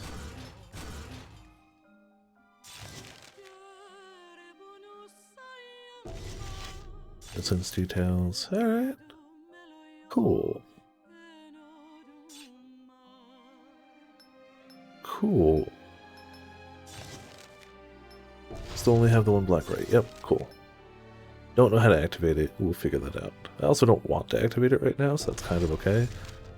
We now fuse offerings. Press the L button to check available offerings and fuse them. Fuse offerings to create new offerings. Offerings with low star levels are auto-selected for fusion. Level of offerings does not affect outcome of fusion. Okay, so you don't want to use big ones.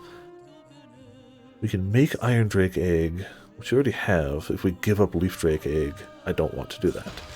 But good to know. We already can do Iron Drake, but I kind of like the poison one. It's the same power, it's the same everything, just different element. I'm kind of okay with that. We don't have enough of anything to fuse them, so we are good over here. Looking good. Did we get any new appearances? I don't think so. We did! Got healer. Oh, that's something. The healer outfit. Skin just weighs you down. Beast. Doesn't look very bestial, but you know, it works. Easterner. Just go full, like... Anything else down here? No, but we still got more. Healer doesn't look bad, but honestly, this is kind of just iconic. Let's see what the Easterner pants looks like with it. Or healer pants, too. Oh, little kitty. We can go full, like, Neo. Straight up a Neo character. We'll give it a shot for a little bit. Why not? Yeah, we'll take the hood, that's fine. Sure. Cool. Alright. Continuing on. Got Sorcerer's Deeds. Should open up some stuff. Healer outfit looks pretty good. I might give it a shot. We can mix it anytime. Began right after the Avalon trial, when Sortiara was lost. My life as a sorcerer, I mean. Sortiara's curse continued to consume my right arm. Several years would pass before I encountered Magasar. In the years before I first met Magasar, I roamed the land and talked to many sorcerers. From them, I learned new ways to do battle. For example, I was taught how to do combo spells. Oh, combo spells, you say? I actually don't remember these. Add frost. Some magic combinations yield special results. Falcon Feather plus Axe, close and swiftly to slash foes. Add frost magic to attacks. Okay. Snow Tuft effect. Where's the effect? Oh, okay, so we put that out, and then we swing our axe. Oh, yep, it straight just imbues the axe with ice. Okay, cool. Use axe edge during Falcon Feather. Okay. Dash attack. I like that you can put out these, like, traps, and if the enemies don't activate it, it's like, screw it, it's on my weapon now. Cool. I like it. Of course Grim would like an edgy healer outfit. That's just Grim's aesthetic right there. Edgy healers? That's the one.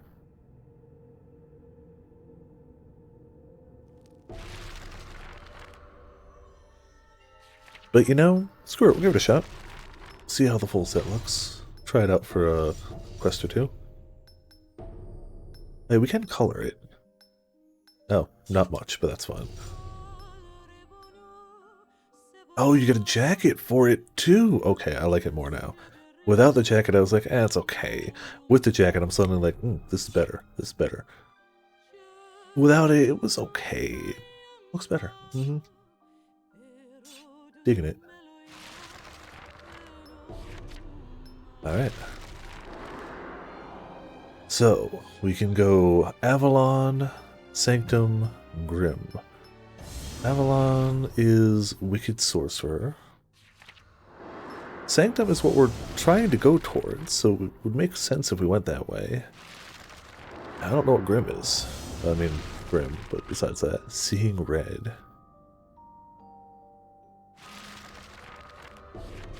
The wrong way. Always go Grim. We do want to go Sanctum at some point. Let's see what Seeing Red is. Monster. Gnomes. So it's an easy gnome quest. Up here we've got easy fairy quest. And over here we got easy goblin quest. So it looks like they're just for different factions, basically. Grim is just fairy tales. Yeah. Well, these entire games basically just fairy tale stuff, but you know. You know what, screw it, we'll go Grim. Let's give it a go. Why not? She's also the character that's on the cover of Soul Sacrifice Delta. Like, I don't know her name, but that character on the left she's like the iconic Soul Sacrifice NPC. Even though it should be a Magasar, you'd think. It's usually her. Seeing Red. Should you see a crimson-cowled girl bearing an apple, do not run. She will chase you. She will kill you. You are already caught in her snare. Oh, I didn't think that was going to be a follow-up, but like, yeah, no, it's not going to help. So You're dead. goes the tale of the sorcerer known as Red Hood. Is this supposed to be Red Riding Hood, or is it literally just Red Hood? If it is true, I fear nothing can save me now. I do kind of like the concept that we can just bounce around to different chapters of this person's life. She approached me. Because it's a book, so like, whatever.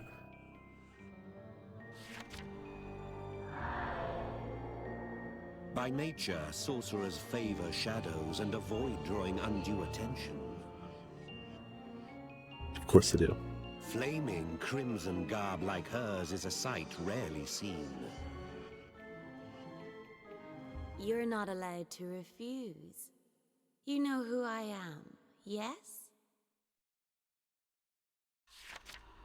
True to the legends, she was a specialist in illusion. That could come in handy. Honestly. She assured me I was already a prisoner to her Oh, handiwork. that's less good. Grim's already like, best girl. Then you know Done. what to expect if you don't stay. We've on literally your good side. only seen her ankles, and So Grim's I just was like, half best deafened, girl. half dragged away from a perfectly good pint. Oh man, but she drags you away from a drink. Calling all sorcerers, exterminate these monsters. Gnomes. Let's see the gnome lore. I don't care too much about the level lores. Rabbits are known for their long ears. Their almost unnatural length shows both the strength and weakness of the rabbits. Their ancestors were powerless and timid creatures. They understood their weakness and timidity well. That is why the evolutionary path they chose was clear. The result, their long ears. Excuse me. Their ears allowed them to hear sounds from far away, and to swiftly flee. Excuse me, hiccups. Well before their enemies even knew they were there. They never sought the power to fight their enemies. In a world ruled by strength, they attempted to survive by other means. In a way, they were rather clever creatures. Cleverness comes often to the weak. After all, the weak are the ones who must fully exercise their wits in order to survive. Most rabbits have an endearing appearance, covered by soft fur as they are. In addition to those who treated them as game, there were also people who treated them as pets. Those who loved rabbits never realized that their endearing looks were a perfect reflection of how formidable they truly were. The rabbits understood how people viewed them, and were deliberately trying to appeal to them. Do not let their looks deceive you. They may be weak, but they are clever. Though they may seem to not be thinking about anything at all, they are always thinking about how to outwit others. Let us say, for example, that rabbits were to obtain magical power and inflict harm upon people, that the ambition hidden, lurking behind their gentle, round eyes were to be realized. They are clever creatures, rabbits. They would never think of rising up using force. They would waste no time or effort on a hopeless goal. They only needed to excel at one thing, just as their ancestors had always done. Careful selection and concentration. But where? The ears. The rabbits who tasted magic develop only their ears, ceaselessly and with dedication. Their ears had always enabled them to pick up a great deal of information, and by engaging in a war of intelligence with other creatures, the rabbits who gained magic triumphed. It was as if that were the only way they should have lived. Their ears grew more and more gigantic, the better to hear with. They gained the ability to not only direct them forwards, but in any possible direction. It was easy for them to find food. Food would be plentiful wherever people lived. There were numerous discoveries of rabbits who had crept into people's homes to steal from them.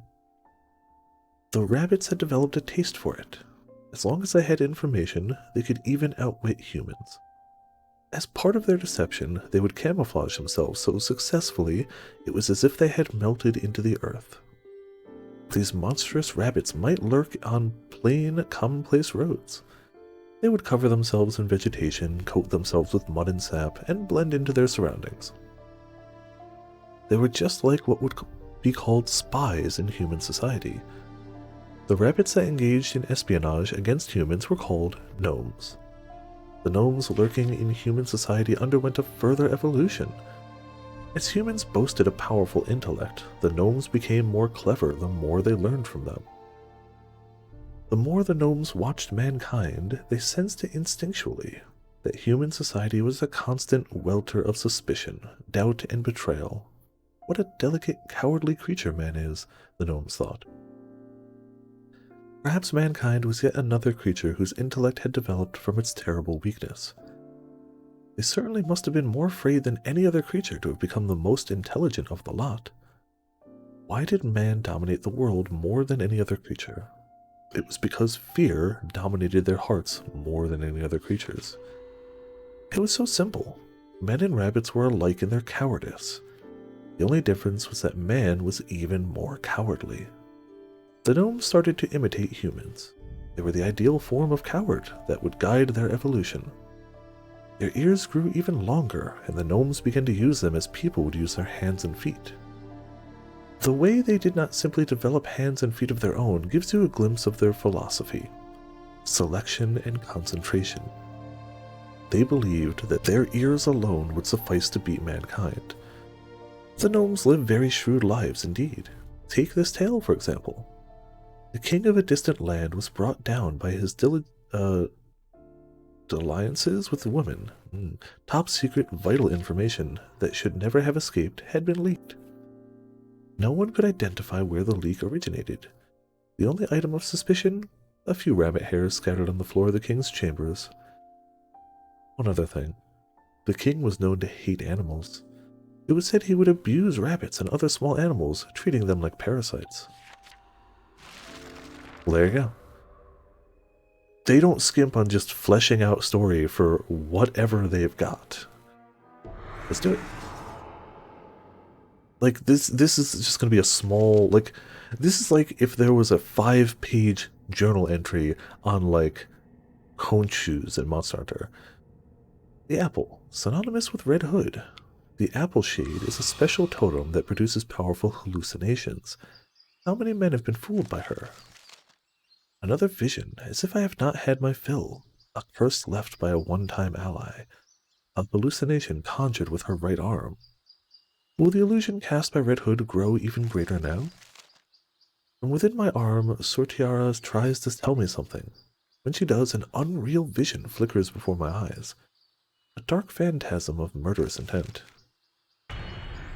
Read that after the gnome one? Sure, I've been just reading the ones that have been coming up, but there are some things that we haven't hit yet that still have lore. Full time, this is quite the storied game. It is, honestly. I'm actually legitimately sad that this game has just fallen into time. Oh yeah, there she is. I'll drive you mad with my illusions.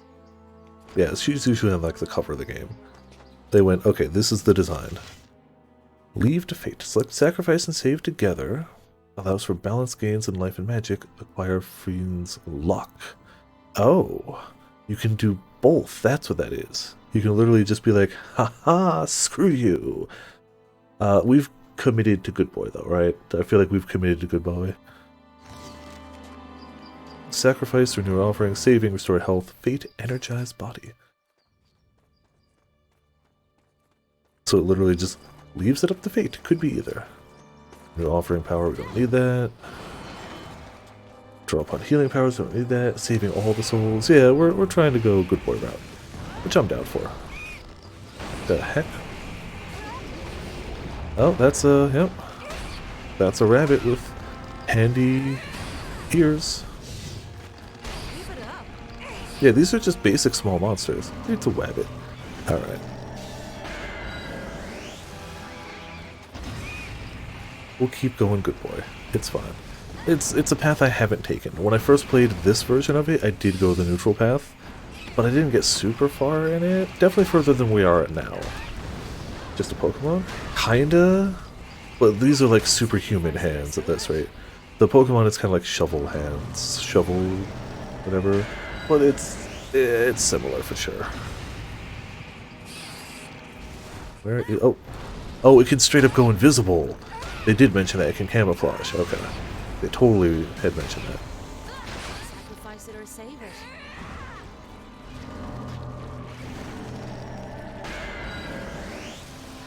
it. If I were to play this through again, I would definitely go straight up, leave it all to fate.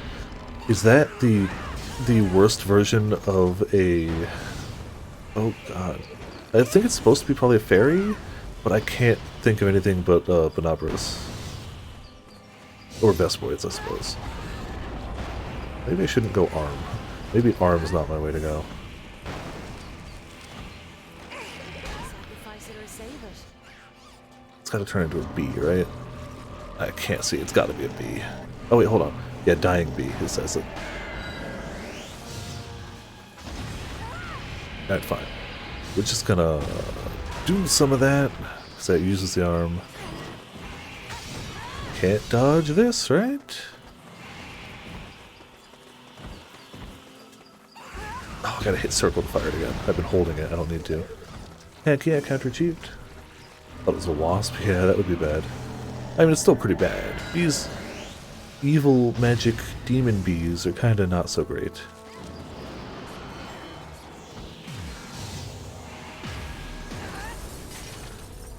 Icy. Keep being icy. Oh, heck you, Danchan. Oh, we'll take this. Thank you, game. If there are any wasp monsters, sacrifice them. We can give it a shot. I don't know if there would be if we already have bees. Fandom quest complete. I thought we were here to sacrifice the gnomes. I mean, whatever. That's cool. Just, time to rock. Aha! Gonna say that probably worked, yeah.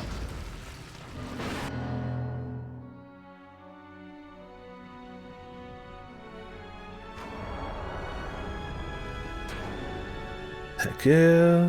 Gnomes taken down.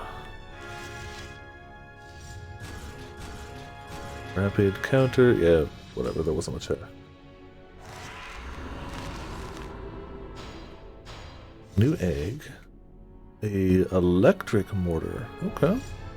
cool. I like my Venom one for now, but that's our first electric thing we've gotten. We might need it. Fate cannot be chosen in all Phantom Quests. Okay, so that unlocked the ability to do that. New Phantom Quests available. New Sigil. Okay. Int has reached 2. Heck yeah. Welcome back, Birdie. Glad you're home. So we had to do that quest if we wanted to go the neutral route anyway. Was it magic or lust? Perhaps it was her silver tongue. Everyone agreed she made her way by bewitching others. Even veteran sorcerers were said to be defenseless against her illusions. Clearly Grimm's just already fallen under the spell. More than anything, it was the fact that she became a monster that sealed her poor reputation. Oh, she can become a monster too. Okay. Okay. They say she drained victims' lives to fuel her own, thereby ensuring she'd live forever. Okay. Well, you know, gotta do what you gotta do, clearly. A chilling story. You gotta live forever, you know. Except the girl standing before me now seemed anything but a monster. Of course she seems anything but a monster. For her She's to an be as illusion old as mage. the legends and look as young as she does is monstrous enough. Illusion magic too strong. Drop those silly ideas now. You're my dog, like it or not. She lazily rolled Think an we've apple picked the about in wrong her path. hand as she spoke. Think we picked the wrong path. It was clear she was onto something, chasing a tip. Helping her in this search was the only way to break free of her illusory chains. See, now, yeah, now we're stuck here, clearly. I mean, we could at any point swap out other chapters.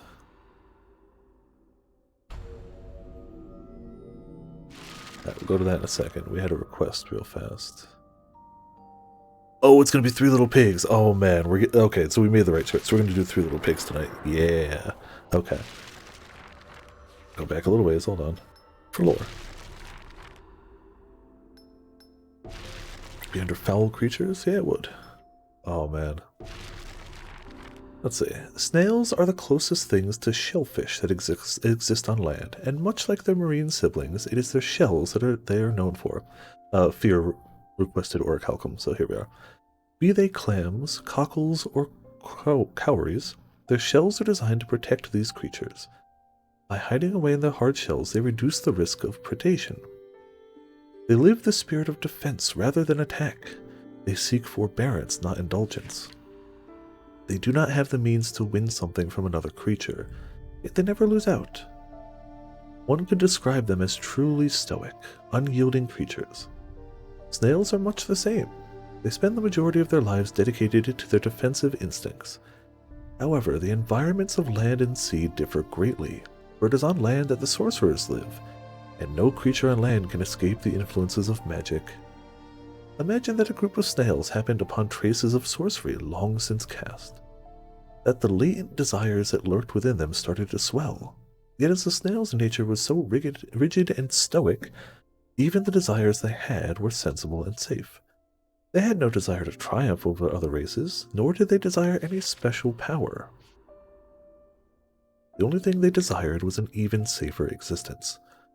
Snails craft their own shells, and the magic the snails came into contact with caused a change in their natural ability to make them. Their shells became hard, solid stone. That change alone dramatically improved their defenses against their enemies. In a world where only the strong survived, the snails were by no means the strongest. Yet despite their weakness, they occupied an unusual position of never being fed upon. The magic-infused snails hid within their stone shells. Eventually they became mostly stone themselves. At the very least, that was how the other creatures saw them. Stones are no creatures, so it is only natural that the snails escaped the law of predator and prey. If there were any creatures that could fatally wound them, it would only be man. And even man had no reason to do so, for they only saw the snails as simple stones. Girl Scout cookies? Heck yeah, delicious things. Thus did those snails gain a safer, more unyielding way of life. However, there is another law besides that of predator and prey that governs this world. The law of desire and sacrifice. For those snails to hide away in shells of stone, a sacrifice had to be paid. Until they gained these shells, the snails' only thought was of defending themselves from predators. That was all they had to think about. Yet once they became stone, that thought was no longer necessary.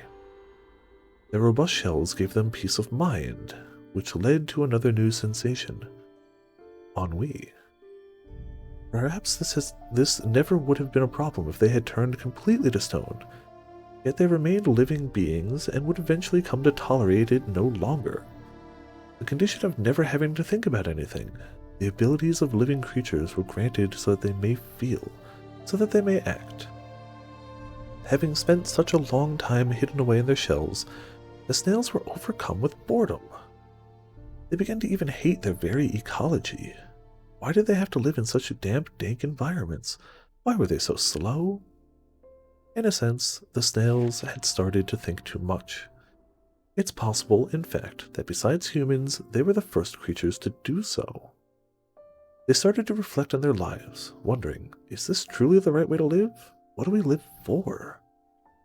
Their peace of mind had given birth to ennui. Their thoughts are now heavy and brooding. As soon as their lives became easy, thoughts that had never troubled them before began to prey on them. They were just like man in that sense.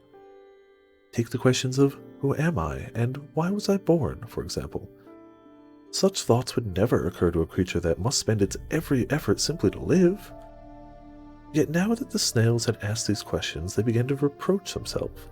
What dull creatures we are! Simple, dull creatures, always taking the safe road through the course of their lives. They wondered, what exactly is a snail? The snails began to seek an identity to answer these questions, and with the magic's influence, their bodies began to transform. True, they retained their ability to use their diet to create the minerals that would form their shells. Yet although this was originally for defense, they had begun to create glimmering, gem-like minerals instead. People who adorn themselves in a similar way are affluent without exception. The snails suffered from the same boredom, the same luxury, which developed into an exhibitionist desire. The transformed snails became known as Orichalca, and their quest for an identity had begun with the pursuit of individuality.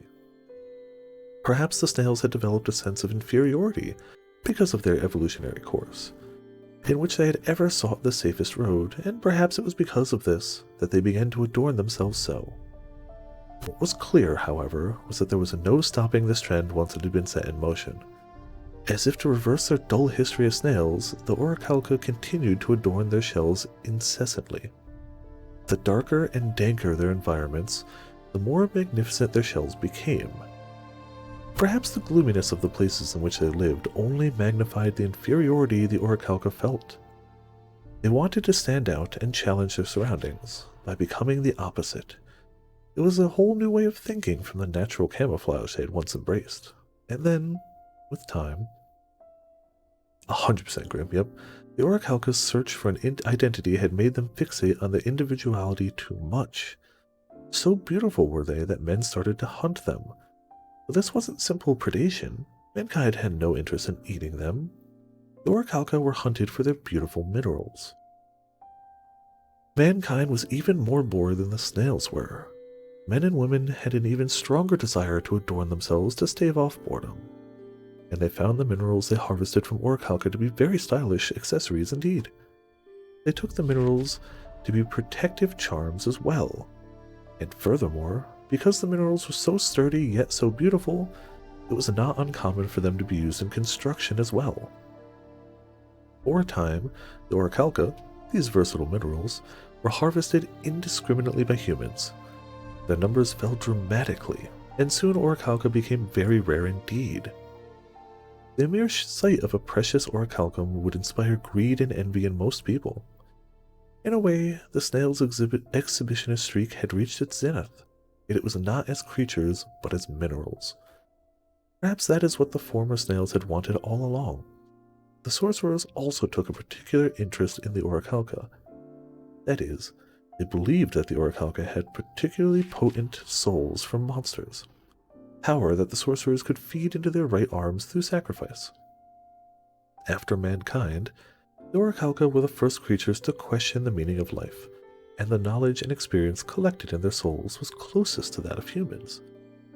One might say, then, that if there was a purpose to be found in the Orichalca's journey of self-discovery, it was for them to be used by sorcerers. Their purpose was to feed the strong. That is not a fine reason to live. After all, this is a world in which only the strong survive. So there you go. That was a long journal entry about snails. This is a game, yo. I like this game. I really do like this game a lot. I think we're good with the skills we got. I don't think we got anything crazy new. We only got the Volt egg, so we're good.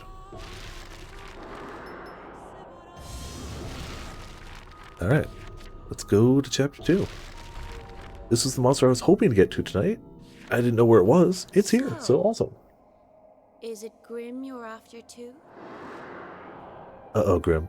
Be careful. She's after you. Of Grim. The mysterious cult was still new, but growing at a wildfire's pace. 12 boxes of cookies? Heck yeah.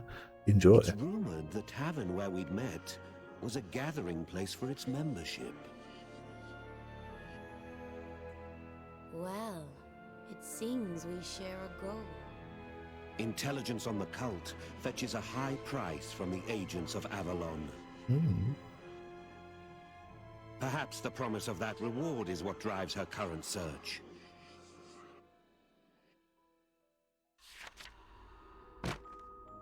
Here follows Grim's tale. Once there lived a prophet. I'm also pretty sure we're going to get a good dump of lore right before Three Pigs. Those who took his word for truth banded together, and a society was born. So this all started when Grim started making an Red army. leaned in, Basically. eager for any word of Grim I'd heard. The next moment, her expression changed. Yeah, you'd have to buy them online, but that's still cool. It's got to be pretty weird, yeah. It's not something that comes up commonly. A monster on the road ahead. Cold sweat trickled down my back. My body sensed its strength. I could feel its power. Immediately, Red sprang into action. I had scarcely exhaled by the time she was gone. Vanished. I'd have been a fool to expect any different. See, fool? This was the infamous Red Hood. Using others was her speciality. Yeah, why would she fight when she could have you fight? Obviously. Alright. 3 little pigs. Blaze Blanket, Vim Blossom Fruit, Spark Tree Root Try, and faction rewards. Theirs was a well-to-do household. At its head was the father, a skilled merchant. His 3 sons had easy childhoods, not least because their father was away on business too often to discipline them. Even as adults, the boys made no effort to work, living the high life on their father's coin. Years of wanton feasting left all 3 of them fat and round. The 3 pig brothers. That was what others whispered about them, though the boys paid it no heed. Given the choice of rich pig or deprived human, they gladly chose the former. But when sudden illness took their father, things changed for the piggy trio. In his will, Merchant left all he had to his wife. What share went to the boys would be for their mother to decide. We're about to fight 3 little pigs, and you also missed an exhaustive description of snails becoming Orichalcum. She chose to give them nothing, not to keep her late husband's wealth for herself, nor for lack of love for her sons. Indeed, it was love that made her worry for their future. At this rate, they'd never amount to anything, drifting idly through life like kept livestock. Right. Oh yeah, also we met Red Hood, who's definitely not Red Riding Hood, and it's absolutely part of Grim's army. So, though it pained her dearly, she drove them from her house. She shouted at them, calling them lazy. Lazy pigs, but the tears in her eyes betrayed her true emotions. Yet the Fool brothers could not see their mother's tough love for what it was. They cursed her for a gold digger, convinced she'd acted out of greed. Unsure what else to do, the trio wandered the town square. There, they saw a call for mercenaries. Too naive to know how hard the sellsword's life was, they decided to take the test on a lark. In a curious move, they fashioned masks painted to look like pigs to wear to the test. Perhaps they hoped to grow famous as the three pig brothers, so tales of their feats might someday reach their mother's ears. Whether they hoped to spite the woman who called them pigs, or to assure their mothers they'd become fine men, only they could say. Next, they split up to procure equipment. Sheltered though they were, they knew better than to turn up empty-handed. A few days later, the trio reconvened. The eldest had woven straw into a mockery of armor. The second carried a wooden plank he called a shield. To think of marching into battle dressed as such, Scraps was beyond naive. They were truly fools. Only the youngest had any sense. He fashioned a mace out of brick rubble. Excuse me. There's absolutely, according to Grandma Basquirrel, and we're on her story path. On the day of the test, the eldest donned their gear and entered the ring. Needless to say, he lay face down in the dirt in seconds. Only the mace drew praise. And the youngest brother was quick to claim credit. He was eager to curry favor with the judge, and to distance himself from his foolish siblings. He felt it was unfair he'd been cast out in the first place. His brothers were pigs, to be sure, but he was far better by comparison.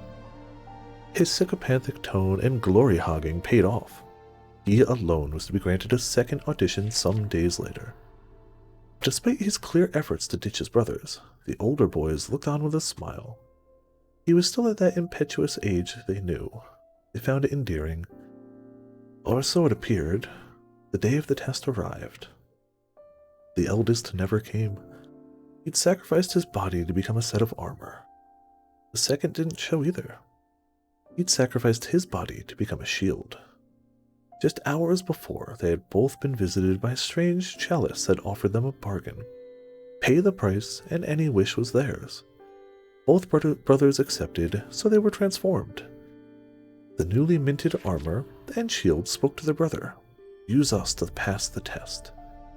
If any of them were to find success, they knew it would be the youngest, and so they gave up their all to aid him. On its face, it seemed a noble tale, a paragon of brotherly love. But inside, the older brothers were laughing. Let the youngest carry them, and they could live in ease. They hadn't changed at all. They'd simply found a new set of coattails on which to ride through life, replacing their fathers. They were parasites still, and they'd found a new host in the third brother. While they were far from wise, they had reached one epiphany.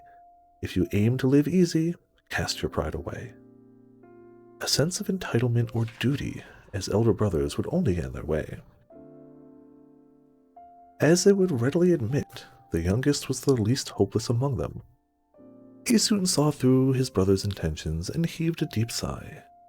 He shook his head at their total uselessness and felt ashamed to share the same blood. As for the equipment the brother's sacrifice brought, well, when a worthless human offers his all, it only buys so much. The result was nearly as useless as the boys had been.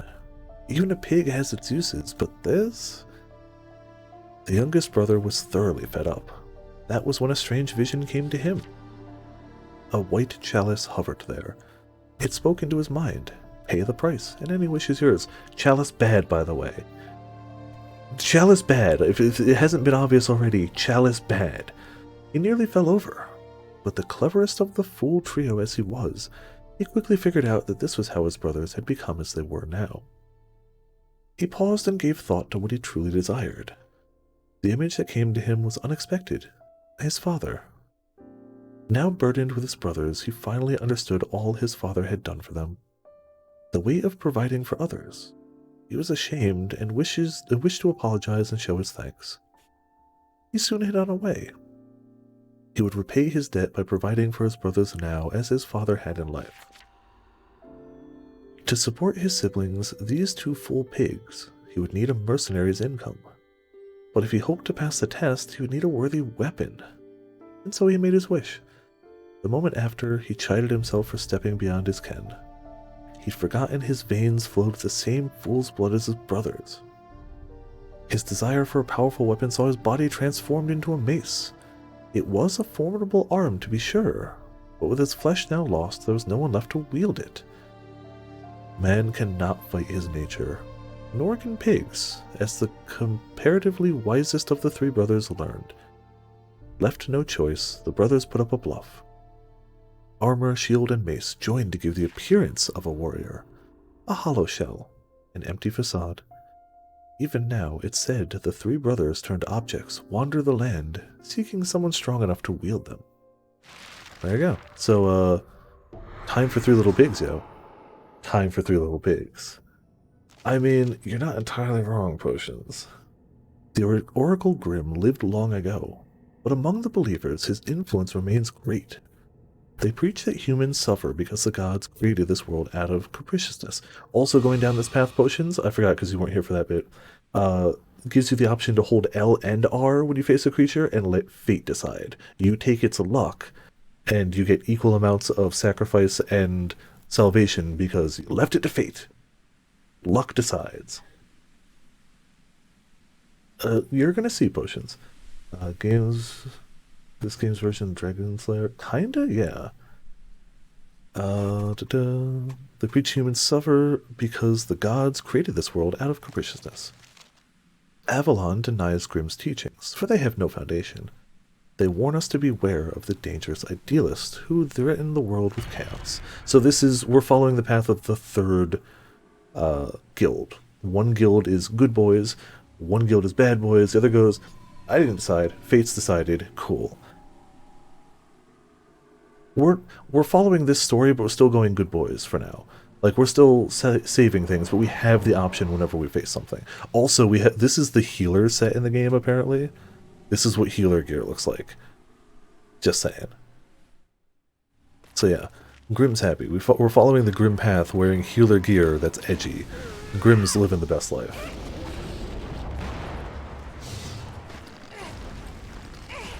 Oh, come on.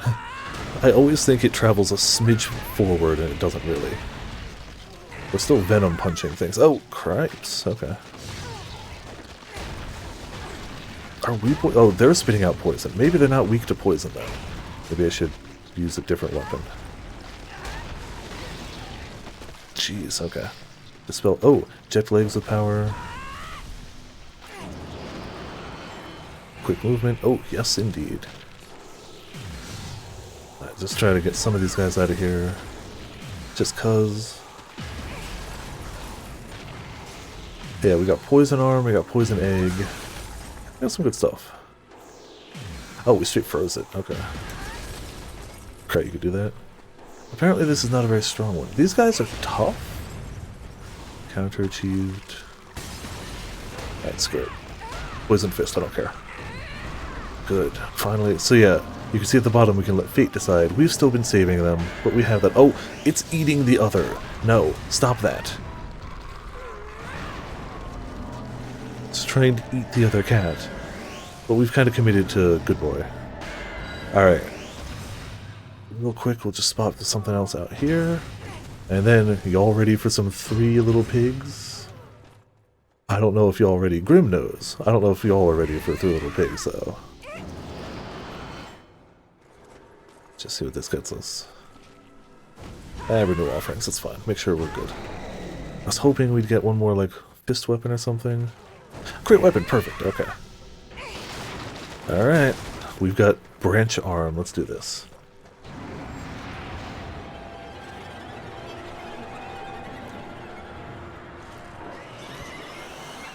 You're not entirely wrong, Potions. You're really not. You're really not. So we can assume, yeah, cursed part is body. Okay, yeah. I feel like the cursed parts are pretty obvious.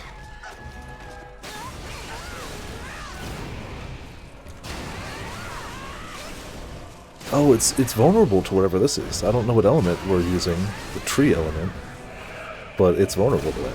Oh, ow. I'm no pig. I'm different from my brothers, he says.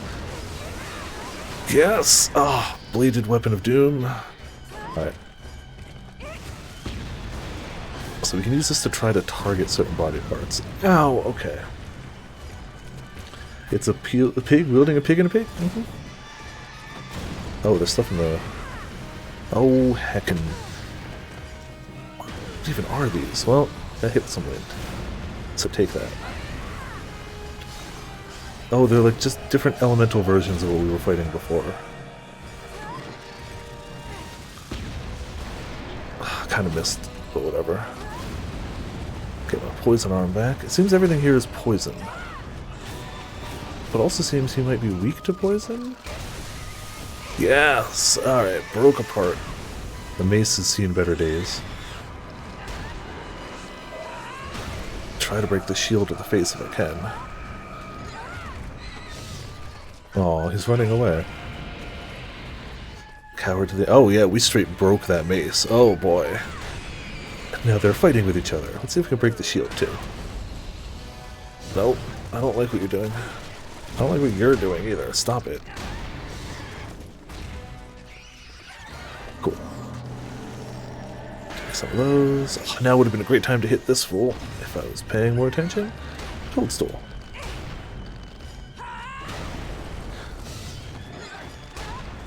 I think we're hitting the shield, but I just don't know if we're hitting it enough.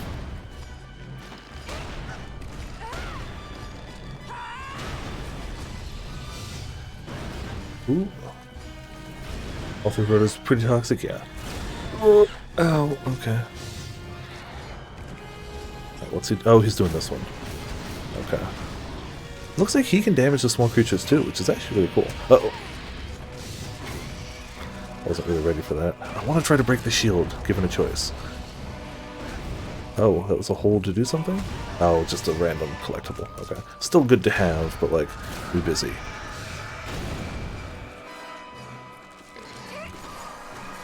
A little bit of heal.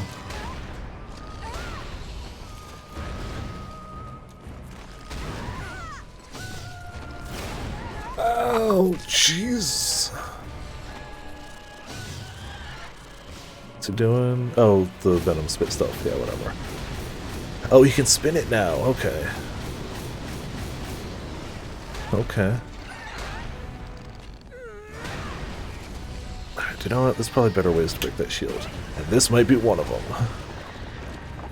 Did he actually stop me from doing that? Let's try that again. Yeah, we have to let it finish. What a burden this is. I want to break the shield. I don't think we've ever really broken both curse bits, have we? Oh, it's getting intense over here. No thank you. No thank you. Okay, got a moment, got a moment. Nice. Yeah, the mace is bricks. Yeah, you'll also notice the storm strengthens volt magic. Cool. So the armor has straw, the shield has wood, and the mace is bricks. It's the three little pigs. Yeah. Oh, okay, you got it. Yeah. Sorry, I missed that bit earlier where you were saying it. I do have to spend some amount of time actually focusing on this. It's not like easy peasy. I do have to actually pay attention to some of this. So now we just gotta break the face. Shield is broken, right? Oh, goodness. Yeah, shield is broken. So we're just going face. Ow, if we can. Oh, hello, Storm. Thank you for storming. Not sure if we actually can break the face. Alright, he's past half health. You don't get like an HP bar, but you just get a kind of like green, orange, red. Or like, oh, okay. Past. I'm gonna assume that's past a quarter. I don't know for sure, but I'm just gonna assume that he's past a quarter. Not 100% sure.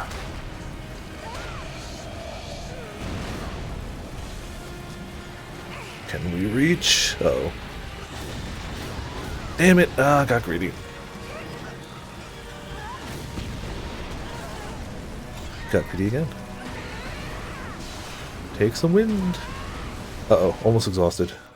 Yeah, using Offering's magic consumes some of its power. Offering's power can be restored a number of ways. Destroyed offerings can be renewed using Lacrimal. But I know there's places around here we can refill it. I think this is one of them. Nope, legs with power, though. I'll take it. I don't want to break that, but oh, this might do it. Yeah, renew offering power. Cool. That should last a little longer at least. Oh, just straight threw it at me. Okay, it's almost out. We can kill the smaller guys and sacrifice them to get some back, but we haven't really been sacrificing much.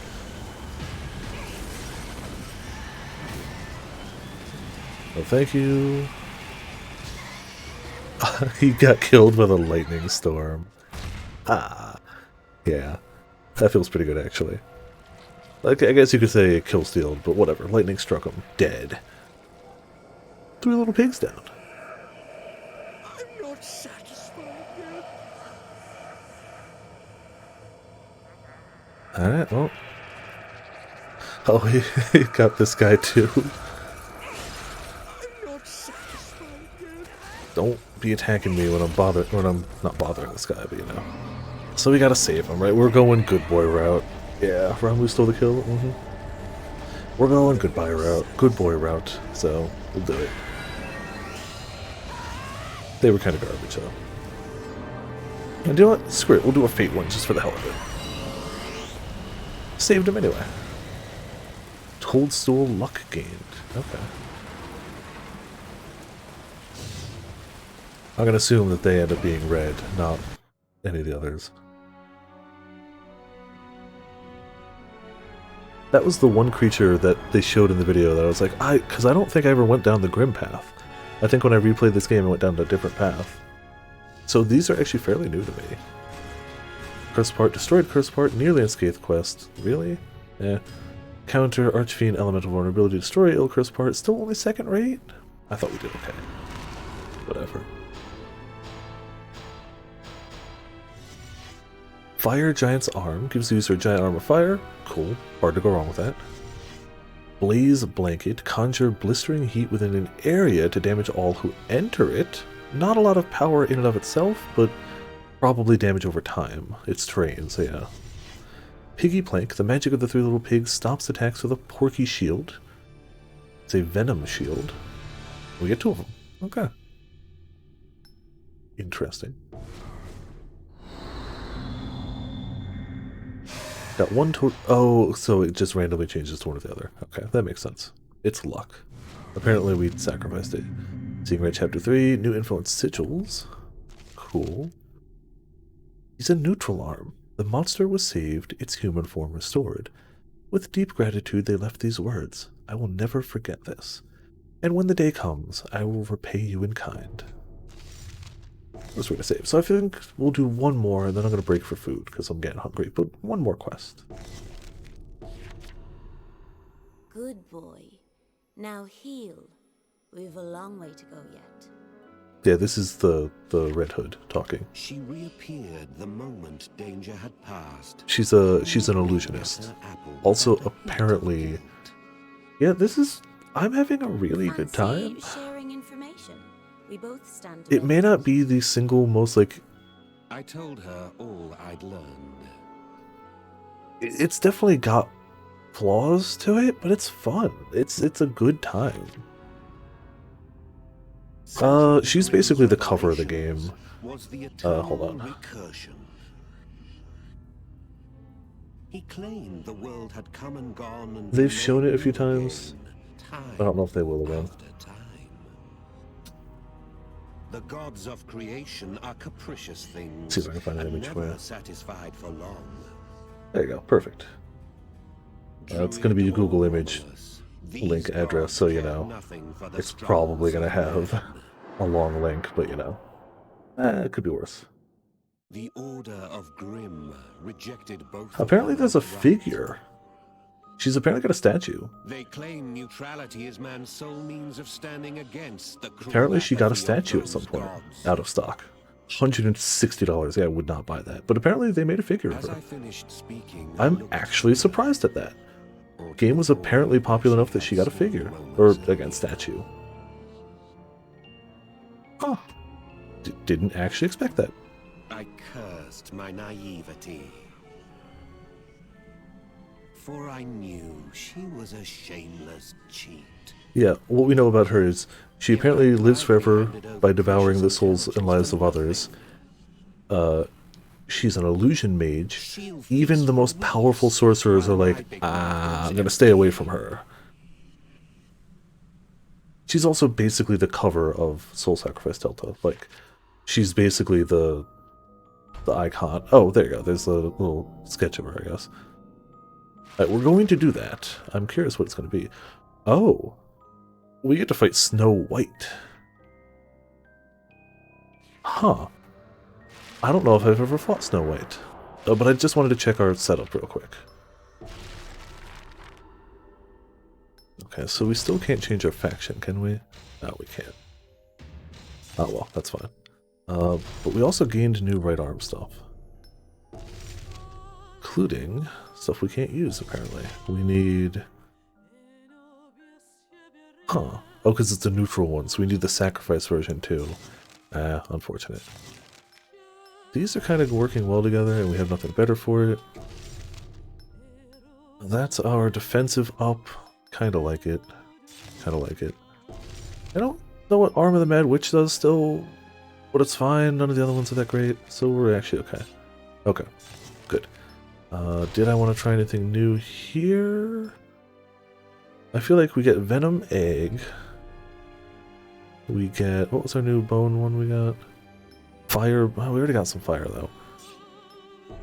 How about we keep Venom... I want to try to keep some spread of elemental stuff, and I feel like that's a good setup right there. Ranged electric. Oh, I kind of want to try...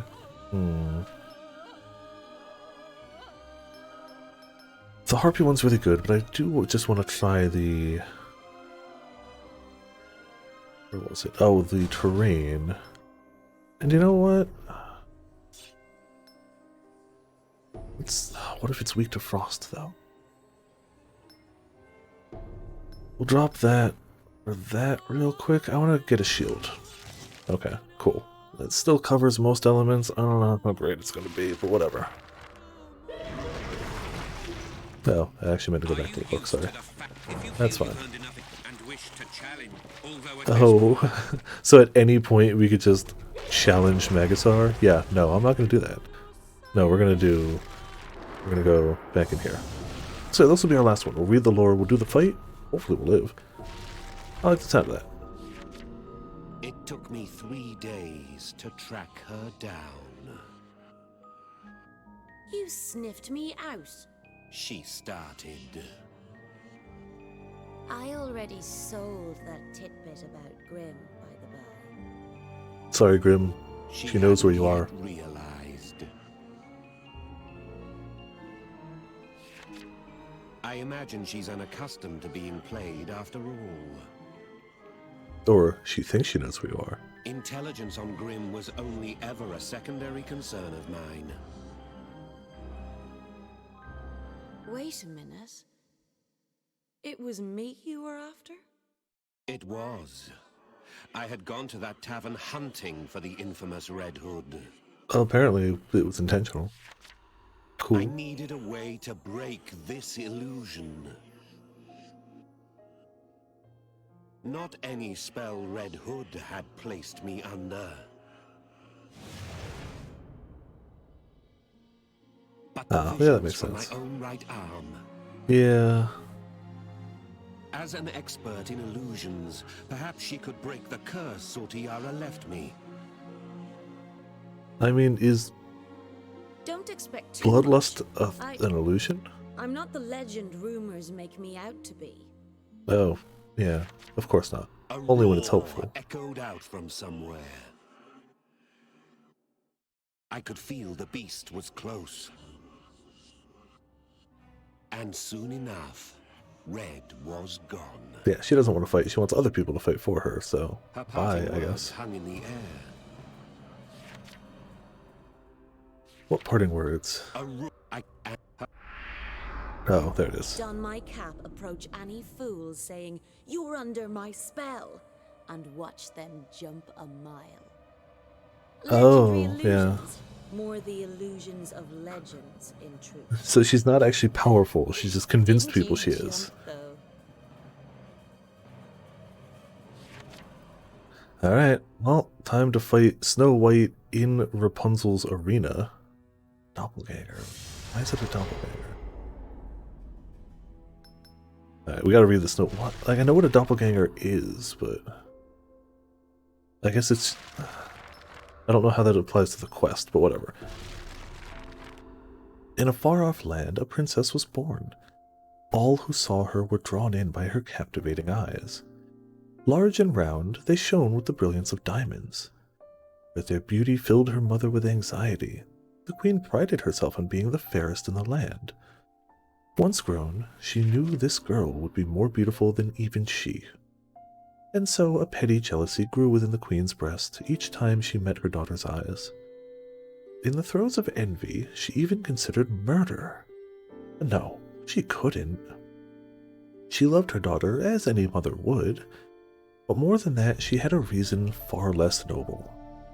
The sight of her own face reflected in those innocent eyes. She would stare at them and lose track of time. The image in her daughter's eyes was more vivid than any mirror, and few women admired themselves more than the queen. Choosing the right mirror had long been an obsession, and soon no other would do. She grew to love her daughter not as a child, but an object. Despite her jealousy, she could never part with her perfect mirror. As the princess aged, the queen's fears came to fruition. The girl's beauty grew each day, and with it, her mother's envy. The queen wanted her gone. What are you talking about, Potions? This game is filled with happy people doing happy things. I like how they have, actual, extra art for this stuff, too. They could easily have just left the sketch of the monster, and it would still be fine, but no, we got this. Oh, yeah, what was it? The queen wanted her gone, erased, but she couldn't kill her, knowing she'd never find a mirror so fine. Knowing she'd lose those hours of basking in her own reflection. For a woman so vain, few things were harder to part with. Her daughter's existence marred her pride. The image in her eyes affirmed it. Caught in this dilemma, the queen heard a voice. Then a strange chalice stood before her. If you would have your wish, offer a sacrifice. She hesitated for a time, but as she regained her calm, a thought emerged. It was a thought unbecoming a mother, unbecoming anyone. She offered up her dear daughter, turning the girl's eye into a real mirror. With her more beautiful daughter gone, her pride was finally at ease, and only that intoxicating reflection now remained. The queen's vanity reached new heights. Claiming the princess had run away, the queen hid the mirror in her chambers. Day after day, she posed this question to her former child. Who is the fairest of them all? The girl answered as she'd been taught, Mother, in my eye. For years this routine continued, until the princess came of age, or would have, were she still human. Wiser now, she began to question her circumstances. Why was she not allowed outside? You see, she never realized she'd become a mirror. I want to see myself, she pled, but the queen gave no reply. With each day, the girl's doubts grew, till they consumed her. It was then she saw what her mother once had. If you would have your wish, the chalice began. She wished to see herself, badly, enough to shout. Badly enough, it seems, to offer her remaining eye in exchange. Her price paid, the apples that were to be her meal became mirrors. She peered into them and saw a monster. She now regretted her lost eye, for she could not even weep at her fate. Her heart was broken, and she swore revenge upon the queen. Animated by that grim wish, the apples began to move. They were now apple dwarves, each bearing a mirror. Vengeance came soon after. When the queen peered into her eye, she was met with the cold, hard truth. Until then, in her love for her mother, the girl had shown the queen a younger, fairer version of herself, all to see her smile. But no longer. The princess felt no need to please her mother now. The mirror showed a face caved with wrinkles.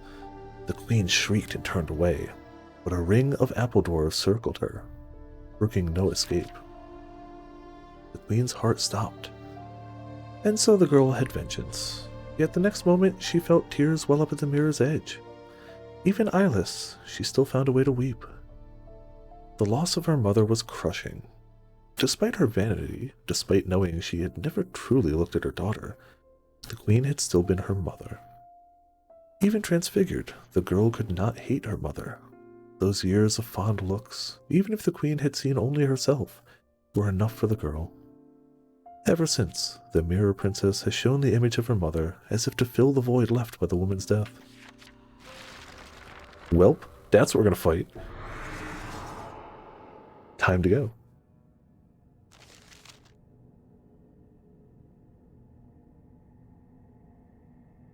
Yeah, this is a happy game for happy people. I heard it from a sorcerer who'd been a victim of her trickery. Sit down in a certain place in the inn, I was told, and she will be sure to approach. I must learn more of the Cult of Grimm. Her illusion was a clever lie, using the story of Red Hood, but the effect may have been more powerful than any spell. There's a reason man turns to monster. When somebody prays to the legendary chalice, a price must be paid. Thus they say, a monster is the final culmination of life tainted by desire. Alright. This is another fight I have never done. Like, I don't remember anything about this fight. This is Rapunzel's stage, by the way. Just, you know, normal Rapunzel stuff. Happy-go-lucky world and game. Everything's happy. Everyone's happy. This is cursed and needs to be burned. Yep.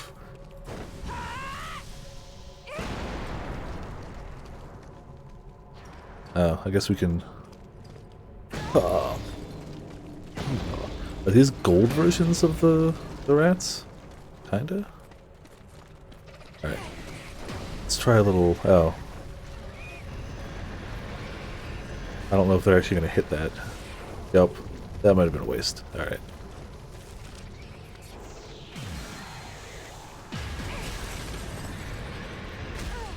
Ouch, how dare you.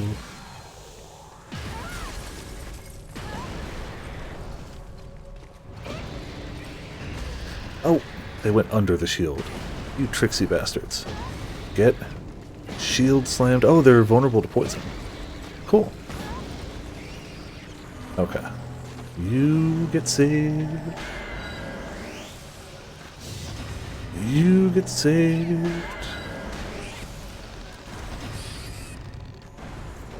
What hit us? Oh, it's one of the invisible wabbits.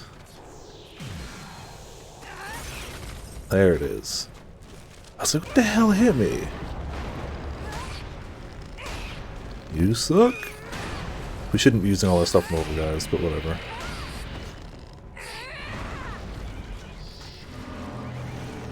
Okay, so that's the actual boss. What I was trying to do was look around for things I could gain real fast. Legs with power, that only lasts about 60 seconds, but we'll take it. This should be renew offering power, good. So we go into the fight fully ready to go. That's offering power. It's an invisible wabbit. Is this one a weapon? Legs with power. We're good enough then. We'll make do. Alright, let's kind of get a feeling what this is gonna look like.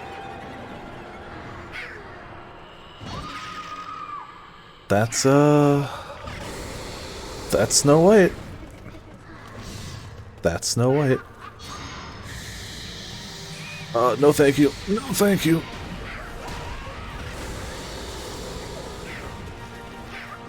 That's certainly a monster. We should probably hit the apple dwarves, right? Realistically. And you can still see the reflection of her mother in her eye. Oh.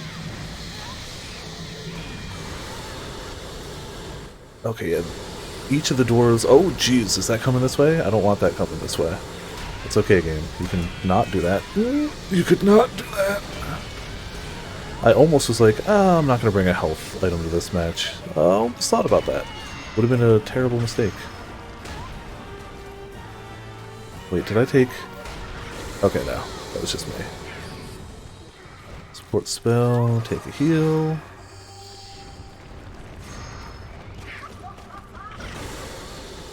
No, thank you. Oh, something died. I didn't see what. Dang it! It's a dwarven rabbit. I really do want to get that health back, game. Don't actually care about the rest right now, but the health is nice.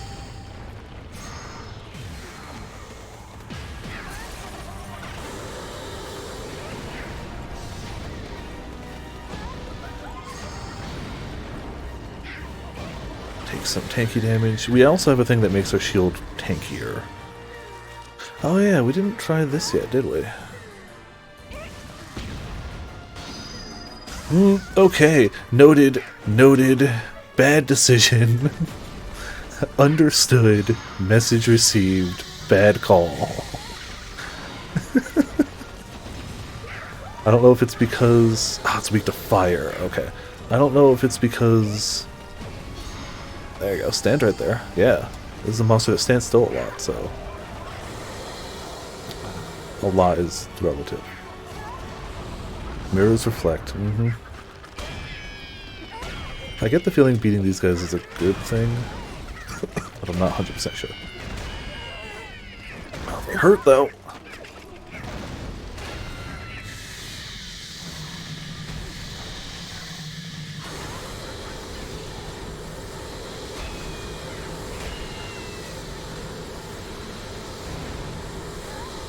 Yeah, it's coming this way, but I got the heal, so it's fine. Damn it! Oh, that's so widespread. Oh, you? Okay. Y'all gonna do this? Screw y'all then. Many counters achieved. There was something over that way. Oh no, don't eat. That's mine to save. Don't eat it. Oh, the water is the tears. I didn't even notice that. Damn it. I was like, why does it have a wave attack? It's the tears. Apple bomb. Okay. Things have gotten a little harder. You're gonna die so I can have some healing, please? There are the tears. We can make it, we can make it! Uh-oh. Cool.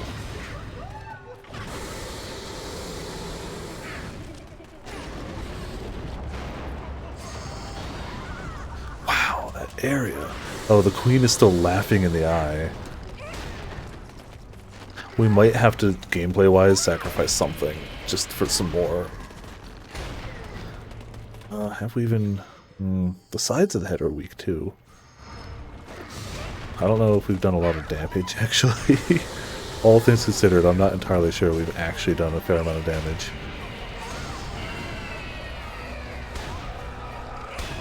Why did she turn me into her mirror? Or why did she transform me into her mirror? Apple dwarves must go. Okay, one of them's almost dead. Ah, dang it! Almost.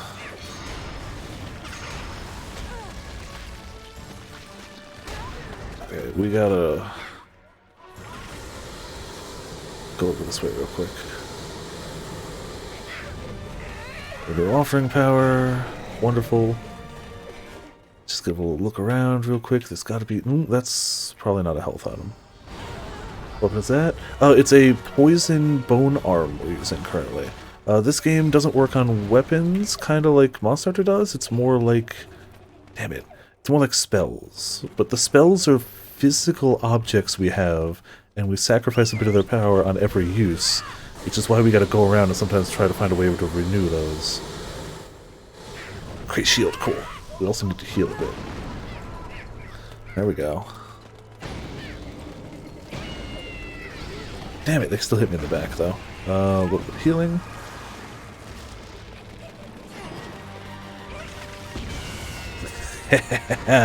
Counter madness achieved. A lot of counter hits, apparently. Damn it! Oh, we missed. Whatever, hit you. Wow, okay. Aim is bad, and I should feel bad. So we know it's weak to fire, too, so I really should... wait till it stands still for a second, and hit it with that. Yes, keep standing in the fire. See, this is poison arm. You can tell it's poisonous, it's got all those like pustules on it. Ah, damn it! Exploding apple!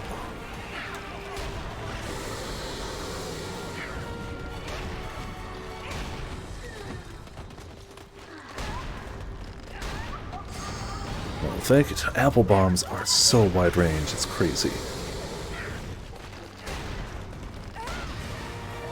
Hey! Light injuries. Alright. That put up a fight. That put up a hell of a fight. Phantom quest complete! But they didn't give us an option after that one. We didn't get the sacrifice or save. Huh. Maybe because it's a doppelganger? I'm not sure. I'm not actually sure. Tacticus part, clear with light injuries. We got a lot of counters, okay? We counter still third rate, whatever. But like, imagine this game online. Like, if we could actually find people playing online, everybody bringing like different elements that could like work together, it could be really cool. One person with a big shield up front with people behind them firing spells. But there is going to be zero online community for this game. Zero. We got a very big, explosive, regular, or stone element. Okay, it's a stone element. Cutscene maybe? I don't know. We're going to find out. Yeah, Tired and Surrounded. Seeing Red Chapter 4, new sigils. New sigil unlocked. Felroot Sigil. Poison critical. And if we're using Divine, which we are, poison critical better. The game wants us to poison things now. Good boys and girls get to use poison. Is what the game's saying. Divine Arm is what we've got because we're more leaning towards the light. It's Divine, Neutral, and, I don't know, Demon Arm or something? For each fiend I slew, 2 more sprang up. Hours passed. My sense of time dulled as my consciousness faded.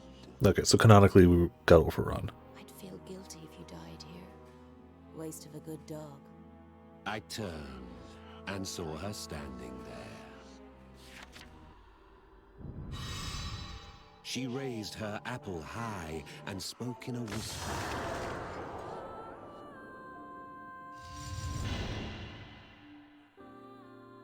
The monsters fell in a chorus of thuds, curiously now sound asleep.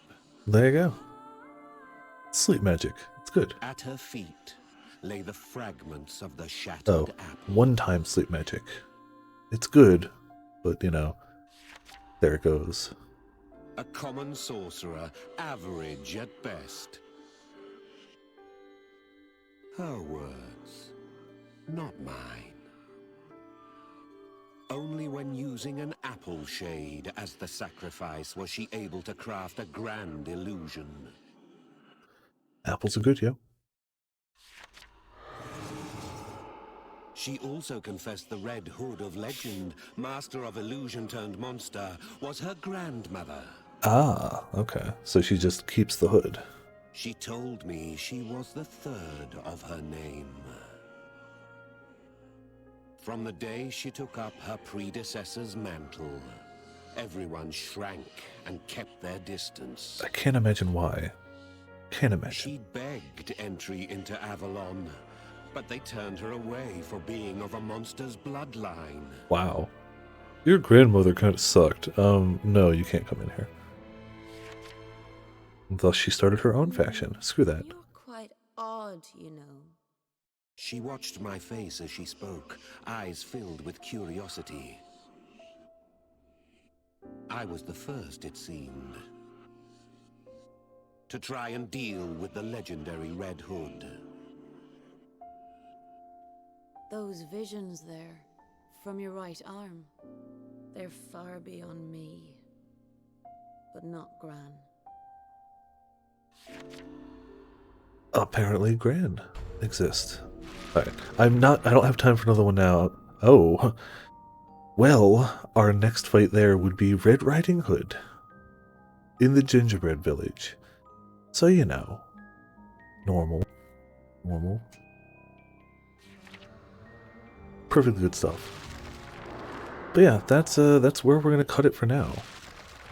Damn, there's a lot of stuff here. Like, damn, there's a lot of stuff here. I feel like we've barely scratched the surface. Legitimately. Like, there's so much stuff still. We still haven't done any Archfiends. Wait, is there an entry for gods? Yep. It's an entry for gods. the desperate, the gluttonous, Hansel and Gretel, Kate Sith, Centaur, Elven Queen, Iron Virgin, Naked Emperor, Dullahan, Frog Prince, Tortoise and the Hare. I can't even imagine what Tortoise and the Hare is going to look like. Pied Piper, Kraken, Cerberus. Yeah, we've barely scratched the surface of this game. Gigas or Gygas? Griffin, Ouroboros, Leprechauns, Chimera. Like, their content here. Cyclops, Leviathan, Cinderella, Succubus, Valkyrie, Troll, Musicians, Beelzebub, Hydra. Like, damn. They don't shoo away of... Oh, did we get any extra... Hold on. Oh, we can change our title now. Oh, never mind. If we go Sanctarium, we can go Novice Monk. Or Apostate if we go Grim, but we're Avalon only. We can't swap our heckin'... I want to, but we can't. Not yet. White Arm, still can't do anything there. Still no Black Rights. Anything else we can fuse? Oh, we can, but there's stuff we already kind of have. So, like, I'm not going to give up stuff we don't have much of for stuff we already have. Cool, though. Cool. Oh, yeah, and any new gear. We seem to get it occasionally, though. Nope, nothing new. Oh, potions, you didn't see the other new ones. So we also have Beast. That's an outfit. And Easterner. Which is a very Neo vibe, like, for sure. But, like... Yeah, for a Vita game, like this was like a fairly AAA deal. They were like, no, we're putting effort into this. There you go. Still no new accessories. Okay. Oh yeah, we will play more of this at some point. I cannot say when. I'm not going to put it like the top of our list or anything, but I had a really good time here, and hopefully you guys did too. This is something you are unlikely to see much of anywhere else, unfortunately. Ain't nobody playing this game, which is a shame. There's a lot of good here. Yes, it's overly, drastically edgy, but like, you know, whatever. Let's wipe away them tears. It's a good time. There's a lot here. Yeah, so... may I have to ticket it? I hope not. I hope I'll find time to play it before then, but the problem is we have such a list of games to play is the key issue. But yeah. Tonight we're doing Monster Hunter Crown Farming, which is great because tonight is the 3-year anniversary of Monster Hunter World's release, which is awesome. Tomorrow... I still haven't decided which of the two. It's either going to be Miles Morales or we're going to go for the new Magic the Gathering set. If people have a preference towards one of those for after D&D tomorrow, let me know. I haven't decided yet. I have about 22 packs worth of in-game currency for the new set saved up. I don't know if people care about that, which is fair. Thursday, Sekiro, for sure. Friday, we have a long list of things we could choose from, and I haven't chosen yet. We have a long list. We're actually finally keeping track of it on the Discord of games we need to finish actively. I'm not sure which it'll be at the moment. So Friday's still kind of up in the air. There's a possibility of a midday Friday stream. I can't do tomorrow because it's D&D day, and I can't do Thursday because my girlfriend's heading down for a bit so we can see each other. It's going to be outside, it's going to be cold, but we see each other like once every month and a half at this rate. So I'm not going to worry about streaming midday Thursday. Maybe Friday. Maybe. We'll see. But yeah, that's the plan for now. Let's see who we can toss a raid over towards today. Who's going, maybe? I know Pecco ended early because they had somebody have internet issues.